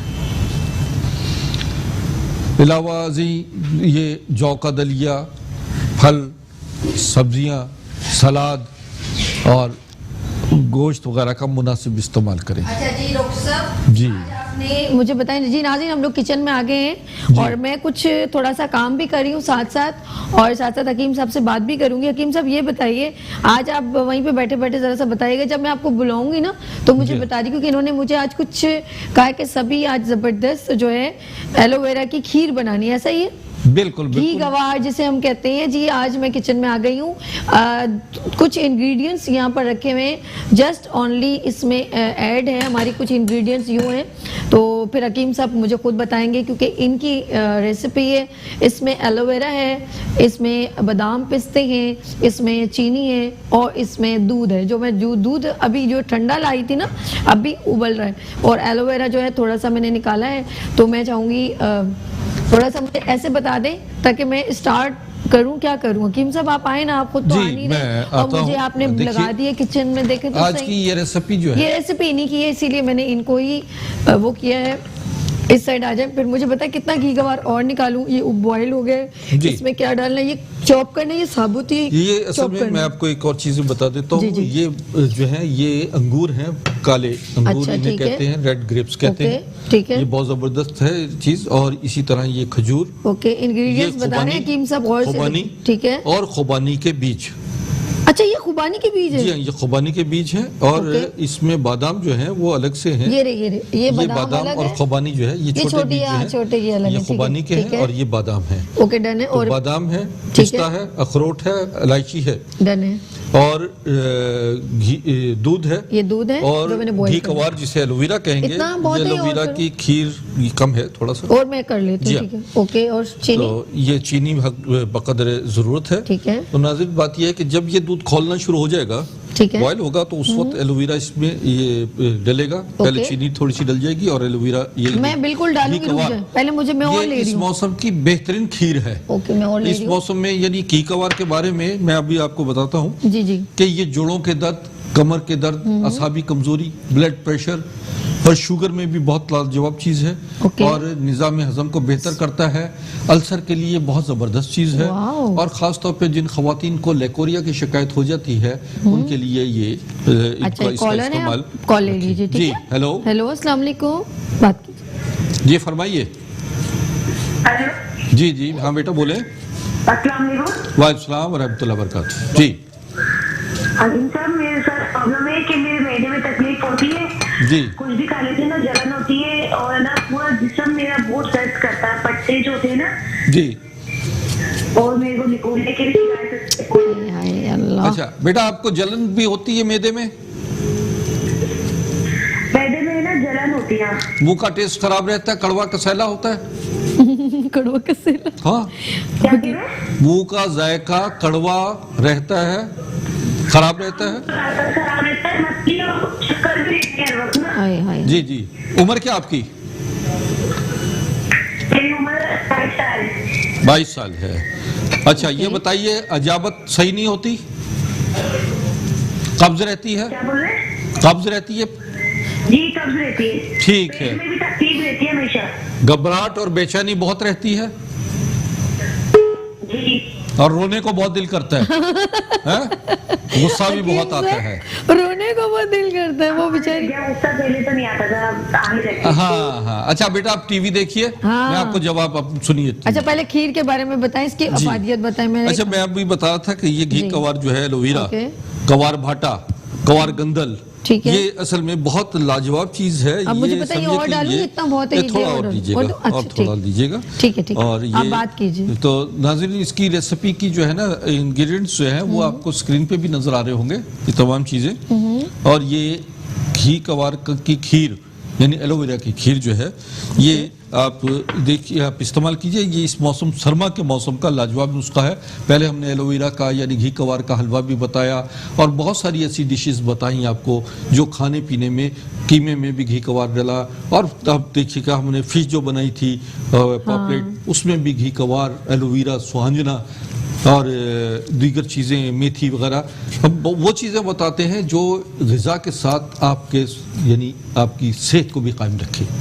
लोग जायके की तलाश में निकलते हैं और अपने सेहत को बर्बाद कर लेते हैं। जैसे ही बच्ची ने बात की अभी कि इन्होंने कहा बताया कि जी इनका मैदे में खराबी है, मैदे में दर्द होता है, जलन होती है, कब्ज रहती है, घबराहट और बेचैनी होती है।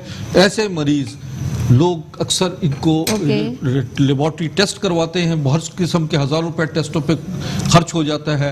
आखिर में डॉक्टर ये कहता है आपको वहम है, और घर वाले भी बहुत शदीद परेशान रहते हैं। मैं इनकी बच्ची का अभी आपको इनका हल भी बताता हूँ। और एक कॉलर से पहले बात कर लीजिए। जी हाँ बेटा बोलिए। हेलो अस्सलाम वालेकुम।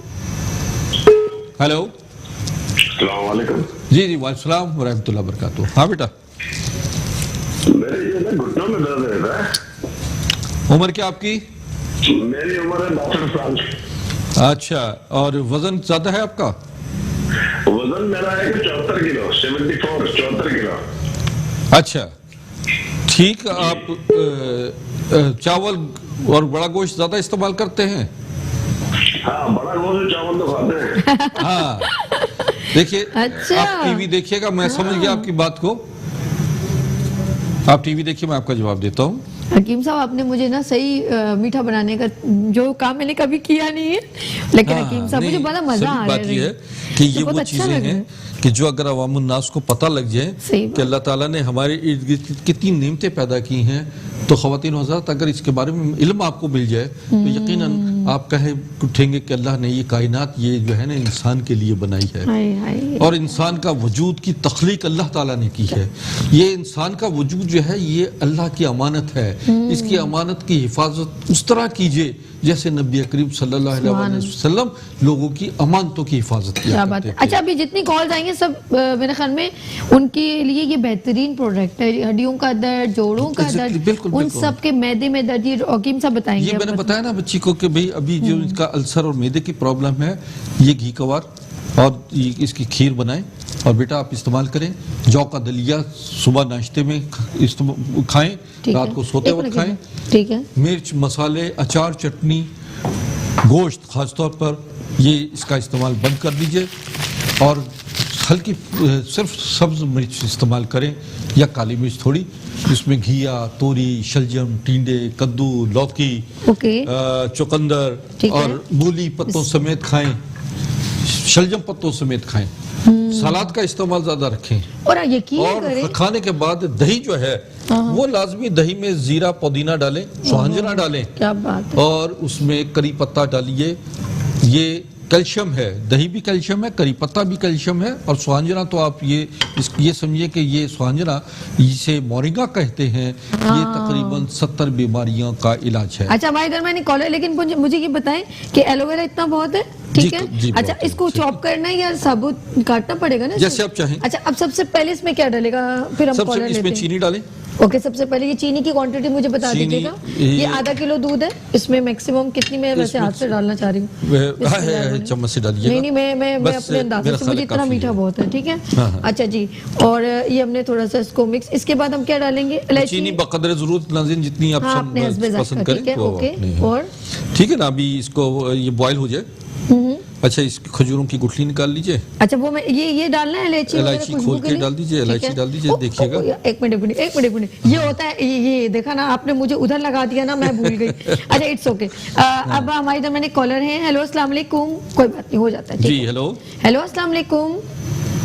अच्छा जी, एलोवेरा के बारे में जरा ये बताइए, ये हर जगह कहाँ पाया जाता है? इजी। ये तो एलोवेरा जो है ये तो जहाँ भी आप उगाएं, जिस मौसम में आप देखिए, घरों की क्यारियों में भी होता है, पार्कों में होता है। ये खुदरा पौधा है। ये इसकी देखभाल करने की जरूरत नहीं है, ठीक है। मगर ये है कि ये बहुत सारी बीमारियों में इस्तेमाल में आता है। ये स्किन पे इसका गुदा निकाल कर चले जी, कॉलर आ गए। स्किन पे लगाइए, चेहरे के लिए बहुत जबरदस्त है, बालों के लिए है, बालों के लिए है, इसका ऑयल भी बनता है। हाँ जी, हेलो वालेकुम अस्सलाम जी। हकीम साहब से बात करनी है। हाँ बेटा बोलिए, फरमाइए। बात करो। हकीम साहब, पिछले साल मेरे पापा को जो है वो फालिज का अटैक हुआ था ना जी। तो लेकिन अब अल्लाह का शुक्र है, वैसे तो वो चलते फिरते हैं, वो तो ठीक हो गए, लेकिन अभी कुछ दिन पहले ना उनका थोड़ा सा बीपी हाई हुआ है, तो वो ना उनकी नजर पे पड़ गया है। ओके। कि उनको ना बिल्कुल भी अब ना क्लियर नजर नहीं आ रहा। हमने अच्छा। उनका चेकअप वगैरह करवाया, लेकिन डॉक्टर्स कह रहे हैं कि नजर तो इनकी ठीक है, लेकिन बीपी हाई होने की वजह से जो है ना वो कोई नस दबी है, जिसकी वजह से वो बिल्कुल। उनको नजर नहीं आ रहा सही से। ठीक बेटा, मैं समझ गया। आप कराची से बोल रही हैं? जी कराची से बोल रही हैं? जी, मैं कराची से बोल रही हूँ। ठीक है, ठीक है, आप टीवी देखिए, मैं आपका भी जवाब देता हूँ। देखिए, इनका प्रॉब्लम जो है यही हुआ है, ये खुद ब्लड प्रेशर हाई होने की वजह से कहीं ना कहीं ब्लॉकेज हो जाती है, और जिसकी वजह से पैरालाइज हो जाता है, वो हिस्सा मुतासर होता है। जैसे अभी थोड़ी देर पहले मैं बता रहा था कि आपका ब्रेन ब्लॉकेज हो गई, जिसकी वजह से नज़र भी मुतासर हुई है। बेटा, अपने फादर को लेकर मेरे क्लिनिक में आइए या उनकी रिपोर्ट्स लाइए। इस सिलसिले में हमारी नाज़रीन जो दूर दराज के इलाकों के लोग हैं, अस्करी ग्रीन जो है ये बहुत लाजवाब चीज़ है। हमारी अस्करी ग्रीन प्रोडक्ट है, कैप्सूल्स हैं। ये जितनी बड़ी प्रोडक्ट हैं, Askari green, Askari brown, Askari gold, और इसी तरीके से अस्करी स्मार्ट है, ये सारी प्रोडक्ट जो हैं ये सिर्फ आपको हमसे ही मिलेंगी। बजरिया कुरियर आप तलब कर सकते हैं दूर दराज इलाकों के मरीज। ये किसी स्टोर पे ना तलाश कीजिए। अक्सर पेशेंट्स फ़ोन करते हैं कि जनाब हम स्टोर्स पे ढूंढते फिर रहे हैं लेकिन आपकी दवा नहीं मिल रही। ये आपको फ्री आपको होम डिलीवरी हम कर रहेंगे। अच्छा, इसी तरह देखिए, एक सेकंड में कॉल बात तो कर ले, बात कर ये अपनी रिपोर्ट्स जो है फालिज के पेशेंट जो हैं ये आए मेरे पास, इसके लिए सर्वाइकल और स्पाइनल कॉर्ड के एडजस्टमेंट के लिए इसकी बहुत ज़बरदस्त बाइको मशीन हुआ है, डिवाइस है, और उससे पूरी ब्लॉकेज वगैरह चंद दिनों में खुल जाती है। जी हाँ, हेलो, हाँ बेटा बोलिए। हेलो, अस्सलाम वालेकुम। वालेकुम। जी डॉक्टर साहब कैसे हैं? ठीक है, अल्लाह की रहमत, अल्लाह आपको सलामत रखे। हाँ बेटा, अपना प्रॉब्लम बताइए। जी अच्छा, मेरा प्रॉब्लम ये है कि जो है ना, मैं कुछ खाती हूँ, खाना मुझसे हजम ही नहीं होता। अच्छा। तो ये जो है ना बिल्कुल सीने पर रखा हुआ भारी भारी हो रहा है, और फिर सीने में जलन होती है, तो इसकी क्या वजह है? अच्छा चलिए, जब आप कान से देते हैं, हकीम साहब पहले ये बताएं, ये चीज डलेगी या पहले ये डाल के इसको अच्छी तरह मिक्स हाँ, पहले एलोवेरा। अच्छा जी नाज़रीन, हमने सबसे पहले मैं आपको बता दूं, दूध बॉईल किया है, आधा किलो दूध है, उसमें फिर हमने इलायची डाली, चीनी डाली, ताकि ज़रा सा खुशबू हो जाए, और जैसी लाइट जो है वो उबलने लगे तो जो है मुझे एलोवेरा डालें हम इसको, और इसको हिलाते जाए बिस्मिल्लाहिर्रहमानिर्रहीम, और ये सारा मैंने इसके अंदर चूल्हे पे डाल, और ये होता है। वैसे आप देखें बड़ा कड़वा, लेकिन आज हकीम साहब ने कुछ बताया है, तो अब देखें। और ये आपके लिए अगर खौलते दूध में आप डालेंगे, अब चूल्हे पे रख दीजिए दूध, तो खौलते दूध में डालने से इसकी एकदम कड़वाहट खत्म हो जाती है। बड़ी राज की बात बता रहा हूँ मैं। अच्छा जी, भाई दरमियानी कॉलर है। हेलो, अस्सलाम वालेकुम। वालेकुम अस्सलाम, रुखसाना जैदी बोल रही हूँ, कैसी हैं आप? मैं ठीक हूँ रुखसाना, क्या पूछना है? हाँ बेटा बोलिए। दूसरी तरफ हूँ नहीं, मैं बिल्कुल बाहर दूसरी तरफ हूँ। जी बात कीजिए हकीम साहब से। हाँ बेटा बोले। जी मैं ये पूछना चाहती कि एक तो सभी आप माशाल्लाह से आपको बहुत जबरदस्त किस्म की शेफ हो गई है कि इतनी खूबसूरत, इतनी मजेदार चीजें बना रही है, और फिर हकीम साहब की रेसिपीज तो बहुत ही जबरदस्त है। उसके अंदर तो माशाल्लाह वो सारी चीजें जैसी हम लोग को चाहिए होती है सर्दियों में स्पेशली, तो हकीम साहब माशाल्लाह से बहुत अच्छी रेसिपीज लेकर आते हैं जो कि आप बनाती हैं। तो हकीम साहब से मुझे ये जरा सा पूछना था। हाँ बेटा। कि देखिए, एक हम लोग गाजर का हलवा बनाते हैं जी, सर्दियों में स्पेशली हर घर में ही बन रहा होता है। उसके अंदर जैसे सर्दियों की चीजों में हम लोग मेवाजात डालते हैं, जैसे अखरोट डाल दिया, पिस्ते डाल दिए, बादाम डाल दिए, इस किस्म की चीजें डालते हैं। तो क्या एलोवेरा भी इसमें शामिल किया जा सकता है? और दूसरी की और हिकमती कौन सी ऐसी चीजें हैं जो कि इसके अंदर शामिल की जाए तो और मजीद ताकतवर बेहतरीन बन जाए? अगर पहले आंखों के लिए तो बहुत अच्छी चीज होती ही है गाजर, तो गाजर के हवाले से भी कुछ बताइए। माशाल्लाह, बहुत शुक्रिया, अल्लाह आपको सलामत रखे, बहुत अच्छी बात की है, बहुत अप्रिशिएट करती है। इन्होंने बताया कि देखो बेटा, बात ये कि जैसे अब ये एलोवेरा भी इसमें डाला है, इसको इसके बाद जो है आप इसमें गाजर भी डाल सकती हैं, जिस तरह आप ये बादाम पिस्ते जी हाँ डाल दीजिए, ये सब ये इन्होंने डाले हैं। इससे पहले आप इसके अंदर गाजरें भी डालकर पका सकती हैं। और ये देखिएगा कि 100 ये दूध जो है आधा किलो दूध था, स्क्रीन पे 1 किलो आ रहा है, क्योंकि आपने चूंकि यहाँ बनाना था आपको 1 किलो की रेसिपी स्क्रीन पे नजर आ रही है। इसी तरह आपके इसकी गाजरें बना डालकर इसमें आप तकरीबन 1 पाव गाजर कटी हुई डाल दीजिए। और अगर ये आप एक और चीज भी है कि गाजर का जूस निकाल लीजिए और वो भी इसमें जूस शामिल किया जा सकता है। फाइबर के तौर पर गाजरें भी डाली जा सकती हैं। और एक और मैं आपको तरीका बताता हूं कि आप गाजर का जूस निकालकर गाजर का फोक को पकाएं गाजर के जूस में, अच्छा, और उसमें एलोवेरा डाल दीजिए, वो भी है और जबरदस्त। वो जबरदस्त बन जाएगा। और उसमें फिर खोया डालिए और थोड़ा सा दूध डाल के चीनी डाल के चलिए जी, उसको हमारे पका दरमियान एक कॉलर है। हेलो, अस्सलाम वालेकुम। हेलो, क्या कर लीजिए। आप टीवी अपना बंद कीजिए बेटा, आवाज गूंजती है, बात ऐसे नहीं ना हो पाती कीजिए है। प्लीज। अच्छा, कितनी देर से पकाना है हमने? बस ये थोड़ा सा गाढ़ा हो जाए बस ठीक इसको। है, ये हम हो जब गया, तक हम बराबर बात हो कर गया। रहे हैं हम लोग बात भी करते रहेंगे और चम्मच भी चलाते रहेंगे ताकि नीचे भी ना गिरे, थोड़ा इसको फिर नीचे आ जाए। तो हल्की आंच पे मैं कर रही हूँ, बिल्कुल हल्की हल्की आंच आंच पर आप पे। कीजिएगा। और मुझे जरा सा इस वक्त प्रॉब्लम ये हो रही है कि रेसिपी हकीम साहब की और मुझे समझ में बहुत मुश्किल से आई है। आज हकीम साहब की रेसिपी मैं बनाने की पूरी कोशिश कर रही हूँ। जी हाँ, जी हाँ, जी हाँ। अच्छा जी, असल में इसको ग्राइंड कर दिया जाए ना जी जी जी, एलोवेरा ठीक है। को, तो बिल्कुल बारीक बारीक इसकी मैं हो समझ- जाती है। ठीक। ये Next भी time मैं कस्टर्ड अच्छी है। बनाऊंगी ना। लेकिन और भी ये भी अच्छी अब बात पहली है। बार मैंने बनाई है ना, नेक्स्ट टाइम आप मुझे कहेंगे ना तो मैं फिर इस चीज को देखूंगी, ठीक है? सही सही। चलें जी। अच्छा, अब नाज़रीन, जिन बच्चों के अभी 2-3 फोन आए जिन्होंने कहा कि एसिडिटी की बारे में एसिडिटी की ठीक है, है, ठीक है। इसका एक नुस्खा बताता हूँ। पुदीना 15-20 पत्ते पुदीने के लीजिए, 2-3 इलायचियाँ लीजिए और सौंफ 1 चम्मच।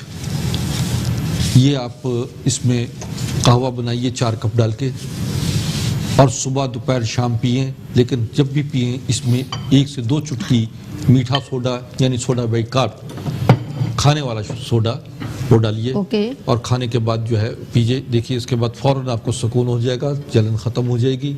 आप परहेज़ कीजिए अचार, चटनी, तेज़ मिर्च मसाले और ख़ास तौर पर हर किस्म के गोश्त से भी, क्योंकि जब मैदा कमज़ोर होता है और आप शकील चीज़ खाते हैं तो बजाय हज़म होने के वो मैदे में पड़ी रहती है और मज़ीद तकलीफ़देह होती है। हमारे इधर मैंने कॉल ज़ोर हज़म ग़िज़ा इस्तेमाल कीजिए। बिल्कुल। जी हेलो। जी, अस्सलाम वालेकुम। हेलो। अस्सलाम वालेकुम। जी वालेकुम व रहमतुल्लाह व बरकातुहू। जी सिर साहब बोल रहे थे? जी फरमाइए। सर ये मेरा बच्ची है जिसको उम्र 18-20 साल है, जी उसका वो मतलब पेट का मसला है, उनका जो मैदा है ना वो बड़ा पेशाब उसका सख्त आ रहा होता है। तो कोई रीजन बताइए इसका जी। उनका क्या है, मैदा? हाँ, अभी बच्ची का अभी मेरा शादी भी होने वाला है, लेकिन अभी उसका ये इलाज पेट का मसला है। ये कब से है? ये तकरीबन 1.5 साल हो गया। अच्छा चलें, आप टीवी देखिए, मैं आपका देता हूँ। चलें जी आंसर। अच्छा, मैं इस रेसिपी को रिपीट कर लूँ फिर इनका आंसर दे दीजिएगा, ठीक है जी। अच्छा, हकीम साहब की ये रेसिपी है जिनको लिकोरिया, हड्डियों का दर्द, जॉइंट्स पेन या इस तरह की, और अभी हकीम साहब फिर अगेन रिपीट कर देंगे कौन कौन सी बीमारियों के लिए ये जो है जो आप खा सकते हैं इस खीर को या इस मीठे को। वो इसमें सिर्फ एक दूध जो हमने इस्तेमाल किया है और शुगर ऐड की है और तमाम मेवेजात, और सबसे इम्पोर्टेंट वो है एलोवेरा। और जो वो किसी की कॉस्ट नहीं है एलोवेरा की, वो हर जगह लगा होता है।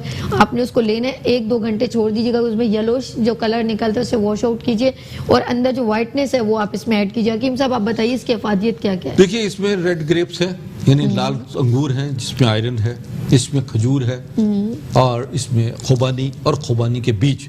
देखिए खुबानी के बीज जो हैं ये हम फेंक देते हैं।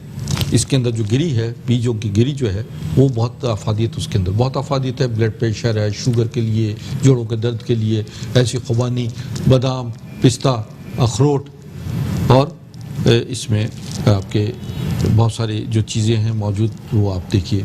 ये तमाम असाबी जिस्मानी कमज़ोरी के लिए, दिमागी कमज़ोरी के लिए और बिलखुसूस मैदे और आंतों के इमराज के लिए, जोड़ों के दर्द के लिए, कमर और गर्दन के मोहरों के लिए, और जिन लोगों के गूदा ख़त्म हो जाता है जोड़ों में, उस गूदे को बड़ी तेज़ी के साथ पैदा करता है। जितनी शदीद आजकल सर्दी पड़ रही है हमारे मुल्क में, ये बनाइए और इस मौसम में इस नेमत से फैज़याब हुई। इसको अगर आपने थिक करना हो तो आप इसके अंदर बिल्कुल माइनर से, जैसे उबले हुए चावल है ना, उसको ग्राइंड करके इतने थोड़े, क्योंकि वो बहुत वो हो जाता है, इतने 1 टीस्पून या एक थोड़ा सा चम्मच आप उसको, जैसे बॉइल्ड चावल हैं आप उसको क्रश करके इसमें डाल सकते हैं। इसमें सवैयाँ ऐड कर सकते हैं, जो सवैयाँ ऐड कर सकते हैं, और डबरोटी चूरा करके वो नरम वाली, जिस तरह उस दिन शेफ ने बताई थी, बड़ी जबरदस्त खीर बनी थी। वो तो मिनट में, वो आप इसमें 2-3 ब्रेड साइड से कॉर्नर हटा के और चूरा बिल्कुल करके आप इसमें ऐड करिए, थिक हो जाएगा। अगर आपको थिक, अरे इसको जमाकर इसकी आइसक्रीम बनाई जा सकती है। क्या बात है हकीम साहब। अच्छा एक बात बताऊं, इसके अंदर जो चीज, अगर इसको हम किसी से कहते हैं ना वो खाएं, एलोवेरा को, वो खा नहीं सकते हैं आप लोग ना, बड़ा प्रॉब्लम है आप लोगों के लिए। लेकिन अगर आप इस तरह आप खाने में कभी ऐड कर लें किसी भी कुकिंग करते हुए, तो पता भी नहीं चलेगा और आपको अफादियत भी मिल जाएगी। बिल्कुल बिल्कुल बिल्कुल। ये आप ये समझिए कि ये जो है इसमें कड़वाहट बिल्कुल नहीं, और ये बहुत जबरदस्त और बड़ा डिलीशियस है। ये भी इंडिया में बकायदा रोड पे खड़े होके इसका शरबत मिलता है। बिल्कुल बिल्कुल बिल्कुल, ये भी हो जाएगा। हमने जिस कदर स्वांजना के बारे में बताया ना, अब रोड पर बाकायदा बोर्ड लग रहे हैं कि जी स्वांजना के पत्ते, स्वांजना के फूल, हाँ, मोरिंगा की बॉटल्स मिलती हैं हर बिल्कुल। इतना हो गया है, लोगों को अवेयरनेस है। बात ये होती है कि जितनी हेल्थ अवेयरनेस हम इन चीजों में लोगों को देंगे, उतनी अफादियत के साथ लोग इसको इस्तेमाल भी करेंगे। कॉलर जी, हेलो, हकीम से बात कीजिए। हेलो हेलो हेलो, अस्सलाम वालेकुम। हेलो, अस्सलाम वालेकुम। वालेकुम हाँ जी, अस्सलाम। अस्सलाम वालेकुम हकीम साहब, मुझे आपसे बात करनी है। अच्छा बात जी, कीजिए। अच्छा जी, फरमाए बेटा। वो हकीम साहब, मुझे ना मेरे बाल बहुत झड़ रहे हैं, मुझे उसके बारे में कुछ बता दें। बेटा आपकी उम्र क्या है? जी, उम्र क्या है आपकी? उम्र है 50। कितनी है? 15 साल है। 15 15 50 या 15? जी जी 15 साल है। जी 15 साल है। अच्छा, और सर में दर्द तो नहीं है? वैसे मेरे घर में ना सबके झड़ रहे हैं, मेरे से बड़ी सिस्टर है उनके भी झड़ रहे हैं, मुझसे जो छोटी है उनके भी झड़ रहे हैं बाल। जी, अच्छा अच्छा बेटा, आप टीवी देखें? मेरी एक बहन है, उनकी एज है 18 साल, उनकी हाइट नहीं बढ़ रही है। चले अच्छा, हम आपसे बात भी करेंगे आपसे गुड़िया। बात करते हैं। आपने जिस तरह आपकी प्रॉब्लम है, और प्लीज प्लीज प्लीज, अच्छा रिक्वेस्ट है, जब भी आप प्लीज कॉल करें, इतनी मुश्किल से हकीम साहब से बात होती है और टाइम ड्यूरेशन भी कम होता है, तो प्लीज आप लोग ना टीवी का वॉल्यूम बंद किया करें। सही कहा हकीम साहब। और जिन्होंने हकीम साहब से भी जितनी बात हो सकती है आप कर लीजिए। उसके बाद आप इनका जो है लाइव नंबर भी मौजूद है नाज़रीन, आप इनके लाइव नंबर्स के ऊपर जो है इनके कॉन्टेक्ट नंबर जो स्क्रीन पर चल रहे हैं, इनका एड्रेसेस हैं, तो आप इनसे जो है प्रोग्राम के बाद जो है आप इनसे रब्ता भी कर सकते हैं। समटाइम अभी कोशिश कर रहे होंगे जो हमारे नाज़रीन हैं जो बीमारियों में मुब्तला हैं, वो कोशिश करते हैं कि बात हो जाए, तो समटाइम अगर आपकी कॉल ना लगे तो डोंट वरी, इनका नंबर नोट डाउन कर लें पेपर पे, और जब प्रोग्राम खत्म होगा तो आप इनसे रब्ता कर सकते हैं। जी, ये हो गई है एलोवेरा खीर तैयार। अब डॉक्टर हकीम साहब, इसकी जो, क्योंकि ये डिश आप ही की क्रिएशन है, तो इसकी अफादियत बताएं कि कौन कौन से लोग खा सकते हैं। अफादियत तो मैं इसकी बड़ी बता चुका एलोवेरा के हवाले से। अब एक साहब थे, वो अपने प्रॉब्लम बता रहे थे कि जोड़ों का दर्द है और कराची में है मौजूद, तो इनके लिए एक नुस्खा मैं बता देता हूँ। लेकिन ये चीज़ ये है कि चूँकि बहुत पुराना मसला है, मर्ज़ है, तो उसके लिए मेरे पास भी तशरीफ़ ले आइएगा। और उसके लिए हमारी एक बहुत मारूफ प्रोडक्ट है जिसको कहते हैं अस्करी ग्रीन। तो नाज़रीन, ये अस्करी ग्रीन जो है, ये इसमें तकरीबन 22,000 फाइटो न्यूट्रिशंस मौजूद हैं, और इसमें ये समझिए कि ये दुनिया की कीमती तरीन जड़ी बूटियों से, किंग ऑफ हर्ब्स जिसे कहेंगे, उनसे तैयार है, जिसमें 12 किस्म के मशरूम हैं, कैल्शियम्स हैं, इसमें मरजान, अकीक, मरवारी, जमुर्रत, पुखराज, लाल बदख्शा, समझे, नीलम, ये इसके अज्जा मौजूद हैं। लोग कहते हैं ये जनाब ये तो पत्थर जो है ये हाथ में पहनने वाले हैं। अल्लाह ताला ने इनमें वो खुसूसियात रखी हैं जो सैकड़ों साल से लोग इस्तेमाल कर रहे हैं, और बाकायदा अमाइदीन सल्तनत यानी बादशाह और जो नवाब और राजे महाराजे भी इसको इस्तेमाल करते रहे, हमारे पुराने हुक्म उनको खिलाते रहे, और यही वजह है कि वो दिमागी, ज़हनी, असाबी सलाहियतें उनकी बहुत वसी थी। तो आप भी जिस्मानी कमज़ोरी, असाबी कमज़ोरी, cancer hepatitis, sugar, blood pressure, 101 इमराज की एक दवा है ये।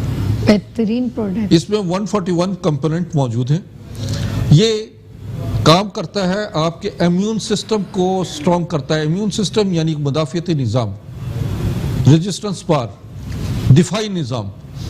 आपके अंदर दिफाई निज़ाम आपका मजबूत होगा, आपको बड़ी सी बड़ी बीमारियां जो आपको आने वाली होंगी या आ चुकी होंगी उसको जिस्म से बाहर निकाल फेंकता है। आपका दिफाई निज़ाम मजबूत है, इस पर मेरा वर्क है कि आपका दिफाई निज़ाम मजबूत है तो दुनिया का कोई दुश्मन आपके मुल्क पर हमले की कुव्वत नहीं रख सकता। बिल्कुल सेम इसी तरह बीमारियों में भी ये दिफाई। पाकिस्तान ने एटम बम बना लिया, अब हर मुल्क जो है, भारत भी जो है आंखें दिखाता है लेकिन हमला करने की ताकत नहीं रखता। तो बस समझिए यही वजह बीमारियों है में कि आपके जिस्म में ये एटम बम है।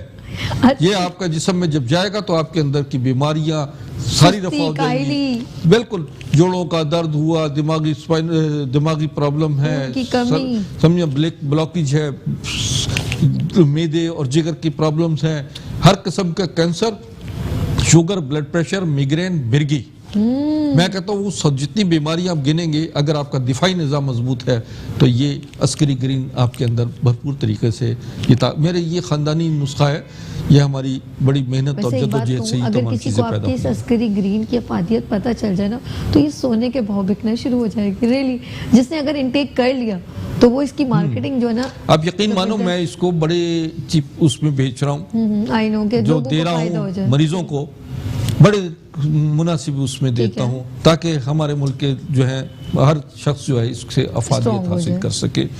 और अगर इसकी खसूसियत भी मैं आपको लास्ट टाइम आपको बताई थी, और उसके बारे में भी बता दें। मैदे के और जो स्टमक की जो है उसको आप बताएं किस तरीके से इनटेक किया जा सकता है। ख़वातीन में अक्सर प्रॉब्लम्स हैं या मर्द हज़रात में भी है, स्टमक डाइजेस्टिव सिस्टम बहुत ख़राब है। देखिए उसके लिए ना हमारा यस्करी गोल्ड है। ठीक है, यस्करी गोल्ड जो है ये आपके निज़ामी हज़म को बेहतरीन कर देता है, मैदे की जलन और कब्ज़ और तमाम निज़ाम को, जिगर के प्रॉब्लम्स को, सबको। जैसे अभी फ़ोन पे बच्चों ने बात की है, हमारे पेशेंट्स ने, तो कॉलर्स ने कहा है कि जी उनके लिए ये प्रॉब्लम है, उसके लिए बेहतरीन चीज़ है ये अस्करी गोल्ड। इसमें कैल्शियम की जो बॉडी में डेफिशिएंसी हो जाती है वो भी कवर करता है और निज़ाम हज़म को भी बेहतर करता है।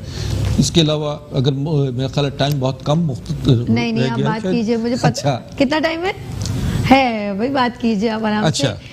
अच्छा जी, हमारे पास है I have just only 5 minutes, it's okay. अच्छा जी, इनका नंबर भी स्क्रीन पे चल रहा है। हम लोगों ने आज एलोवेरा की खीर भी बना ली है और इस खीर से आपको बहुत फ़ायदा होगा। आपका जो है हड्डियों का पानी जिस्म से निकलना, मर्द हज़रात की वीकनेस, जॉइंट्स पेन, उसके लिए एलोवेरा खीर बहुत आपको बूस्टअप करेगी।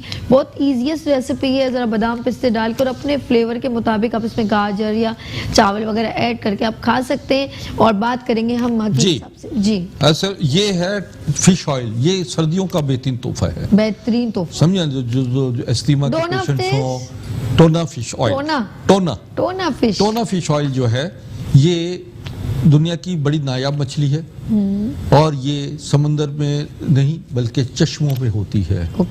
और ये चश्मों में, आबशारों में बाकायदा आबशार ऊपर से नीचे आती है और ये बाकायदा उस पानी से ऊपर चढ़ती है, यानी उल्टे रुख चलती है। और ये इंतहाई ताकतवर है। ये आसाबी जिस्मानी कमज़ोरी, स्किन की प्रॉब्लम्स और इसी तरीके से आपकी जो बॉडी में एक्स्ट्रा फैट्स हो जाते हैं उसको काटती है। ये हाई कोलेस्ट्रॉल है जो लो कोलेस्ट्रॉल को काट देता है। खून की जितनी नालियां हैं, दिल की नालियां हैं, वॉल्स हैं, उनकी बाकायदा उनकी नरिशमेंट करता है और सेल्स को पैदा करता है। मेरे अस्करी ग्रीन और ये दो चीज़ें ऐसी हैं कि जो आपकी माइटोकॉन्ड्रिया, जिसे आपको सेल्स पैदा करने का जहाँ फैक्ट्री है, उस माइटोकॉन्ड्रिया को जो सेल्स को उसकी नरिशमेंट करता है और ये पूरी बॉडी में ऑक्सीजन का लेवल बेहतर कर देता है। इससे आप फ्रेश रहेंगे। अच्छा, और डेली एक कैप्सूल खा सकते हैं, डेली 1 से 2 खाने से पहले या कभी भी बीच में खा सकते हैं। जी हाँ, जी हाँ। तो मैं अभी क्योंकि आपकी ख्वाहिश ये रही है कि मैं वो चीज़ें नायाब चीज़ें दिखाऊं हर दफ़ा में, ताकि नाजरीन को पता लगे कि ये तिब्बे यूनानी, तिब्बे इस्लामी यानी तिब्बे नबवी, क्या बात, इसका कितनी खिदमात हैं दुनिया भर में। ये देखिएगा, ये नाजरीन, ये हकीम अजमल ख़ान का दस्ती एक ब्याज है, किताब है नुस्खों की, जो आज से 100 साल पुरानी है। ये मेरे दादा हाज़िक़ुल हिंद हकीम सैयद ज़फ़र याब अली शाह देलवी, जो हकीम अजमल ख़ान के शागिर्द थे, उन्होंने हकीम अजमल ख़ान ने उन्हें दी। ये कलमी ब्याज है, देखिए इमराज से मुतालिक बड़ी नायाब चीज़ है, 100 साल पुरानी है। और ये कदीम नुस्खों हैं जिन नुस्खों को मैंने मज़ीद जदीद तरीके से बाकायदा अपनी प्रोडक्ट बनाई और मैंने सैकड़ों नहीं, हज़ारों नहीं, लाखों लोगों को ये खिलाई हैं, जिससे वो फैज़याब हुए हैं। ये देखिएगा, ये हमारी सभी को भी मौसम के असरात घेर रहे हैं, इनको भी चाहिए कि ओरा पहने। अच्छा, ये ओरा कितने का, अब ये प्राइस आपसे मिलेगा या कहाँ से मिलेगा? ये हमसे, मैं जो नाज़रीन लेना चाहेंगे ना, हाँ, तो ये एक दफ़ा ख़रीद लें, ले लें हमसे, और उसके बाद जो है लाइफ टाइम बस ये इसके बाद पहने। और आप वबाई इमराज से, दीगर इमराज से जो लोग बचना चाहते हैं, अच्छा। अस्पतालों में जब जाते हैं तो वो ये पहन के चले जाएं। इंशाल्लाह किसी वायरल का, किसी इन्फेक्शन का, किसी किस्म के बैक्टीरिया, जरासीम वगैरह से आपके करीब नहीं आएगा। अच्छा, ये औरा ये इसके चार्जेस इसमें क्या, ये सिर्फ आप ही से मिलेगा, कहीं और बाजार से तो मिलने से रहा? नहीं, ये हमसे ही मिलेगा, जो लेना चाहेंगे हजरात। ठीक है। ये हमें बहुत सारे हमायदीन सल्तनत बड़े लोग जो हैं इसको खरीदते हैं ताकि वो मुख्तलिफ बीमारियों से बचे रहें। अच्छा, ये आपके गिर्द जो है ना, आपको 1.5-3 मीटर जो है ना आपके गिर्द जो हाला बना देगा, जो आपको बीमारियों से बचाए रखेगा। यानी जरासीम जो है, अच्छा, वो आपको नहीं आपके करीब आ सकते। नाज़रीन, आप देख रहे हैं इनके स्क्रीन पे औरा मैं देख रही हूँ और इनसे पूछ भी रही थी, लेकिन इन्होंने वो है कि मुझे प्राइस नहीं बता रहे और कह रही कि जो लेना चाहेगा तो फिर मैं उसी को दूंगा जिसे जरूरत होगी। जी हाँ, जी हाँ जी, ये इंतहाई कीमती चीज़ है। और किसी ने चोरी कर ली, क्योंकि तो गोल्ड चोरी कर लेगा तो उसको बेचारे हम अंदर पहन सकते हैं, शो ऑफ करने? नहीं, ये बाहर की तरफ पहनना चाहिए। अच्छा, अंदर नहीं पहनेंगे, अंदर का क्या? जी हाँ, जी हाँ, इसकी वेव्स है बाकायदा तौर पर। ये देखिए नाज़रीन, ये जो है ये इंतहाई ये खतूत हैं जो मेरे दादा हाज़िक़ुल हिंद हकीम सैयद ज़फ़र याब अली शाह देलवी, जो 7 रियासतों के मौलिश थे, ये उनके खतूत हैं। और ये देखिएगा, ये खत है, ये रामपुर स्टेट, नवाब रामपुर स्टेट ख्वाजा अहमद अली साहब का है ये ख़त, जो कि मेरे दादा जो उस रियासत के शाही तबीब थे, ये उनका ख़त है। इसी तरीके से मैं आपको और भी खतूत दिखाता हूँ, जो कि ये देखिएगा, ये भी एक हमारा ख़त है, जो कि ये इलामा इकबाल का ख़त है। डॉक्टर इलामा इकबाल, इनका दस्ती ख़त है। ये देखिएगा 1919 में लिखा हुआ है, और ये हाज़िक़ुल हिंद हकीम सैयद ज़फ़र याब अली शाह देलवी के, ये सनद होती थी उस ज़माने में। और इसी तरीके से मैं आपको दिखाता हूँ, ये सर अब्दुल कादिर का ख़त है। अच्छा, और मैं आपको इसमें हकीम अजमल ख़ान का भी ख़त, ये देखिएगा नाज़रीन, ये है, ये शाही ख़त है, ये नवाब हशमत अली ख़ान खैरपुर मीरत सिंध, ये खैरपुर मीरत सिंध के हैं। और मैं आपको 1-2 और चीज़ें भी दिखा देता हूँ, बस फिर भी। अच्छा जी, हकीम साहब इंशाल्लाह नेक्स्ट वीक दिखाइएगा, टाइम ओवर हो गया है। अच्छा। अपना बहुत ख्याल रखिएगा, और इंशाल्लाह ताला हम इन खतूत को इंशाल्लाह नेक्स्ट वीक में भी डिस्कस करेंगे। नाज़रीन, हम इंशाल्लाह ताला फिर मुलाकात हमारी होगी नए जज्बे, नई उमंग के साथ। अपनी होस्ट सभी को इजाज़त दीजिए। अल्लाह हाफ़िज़।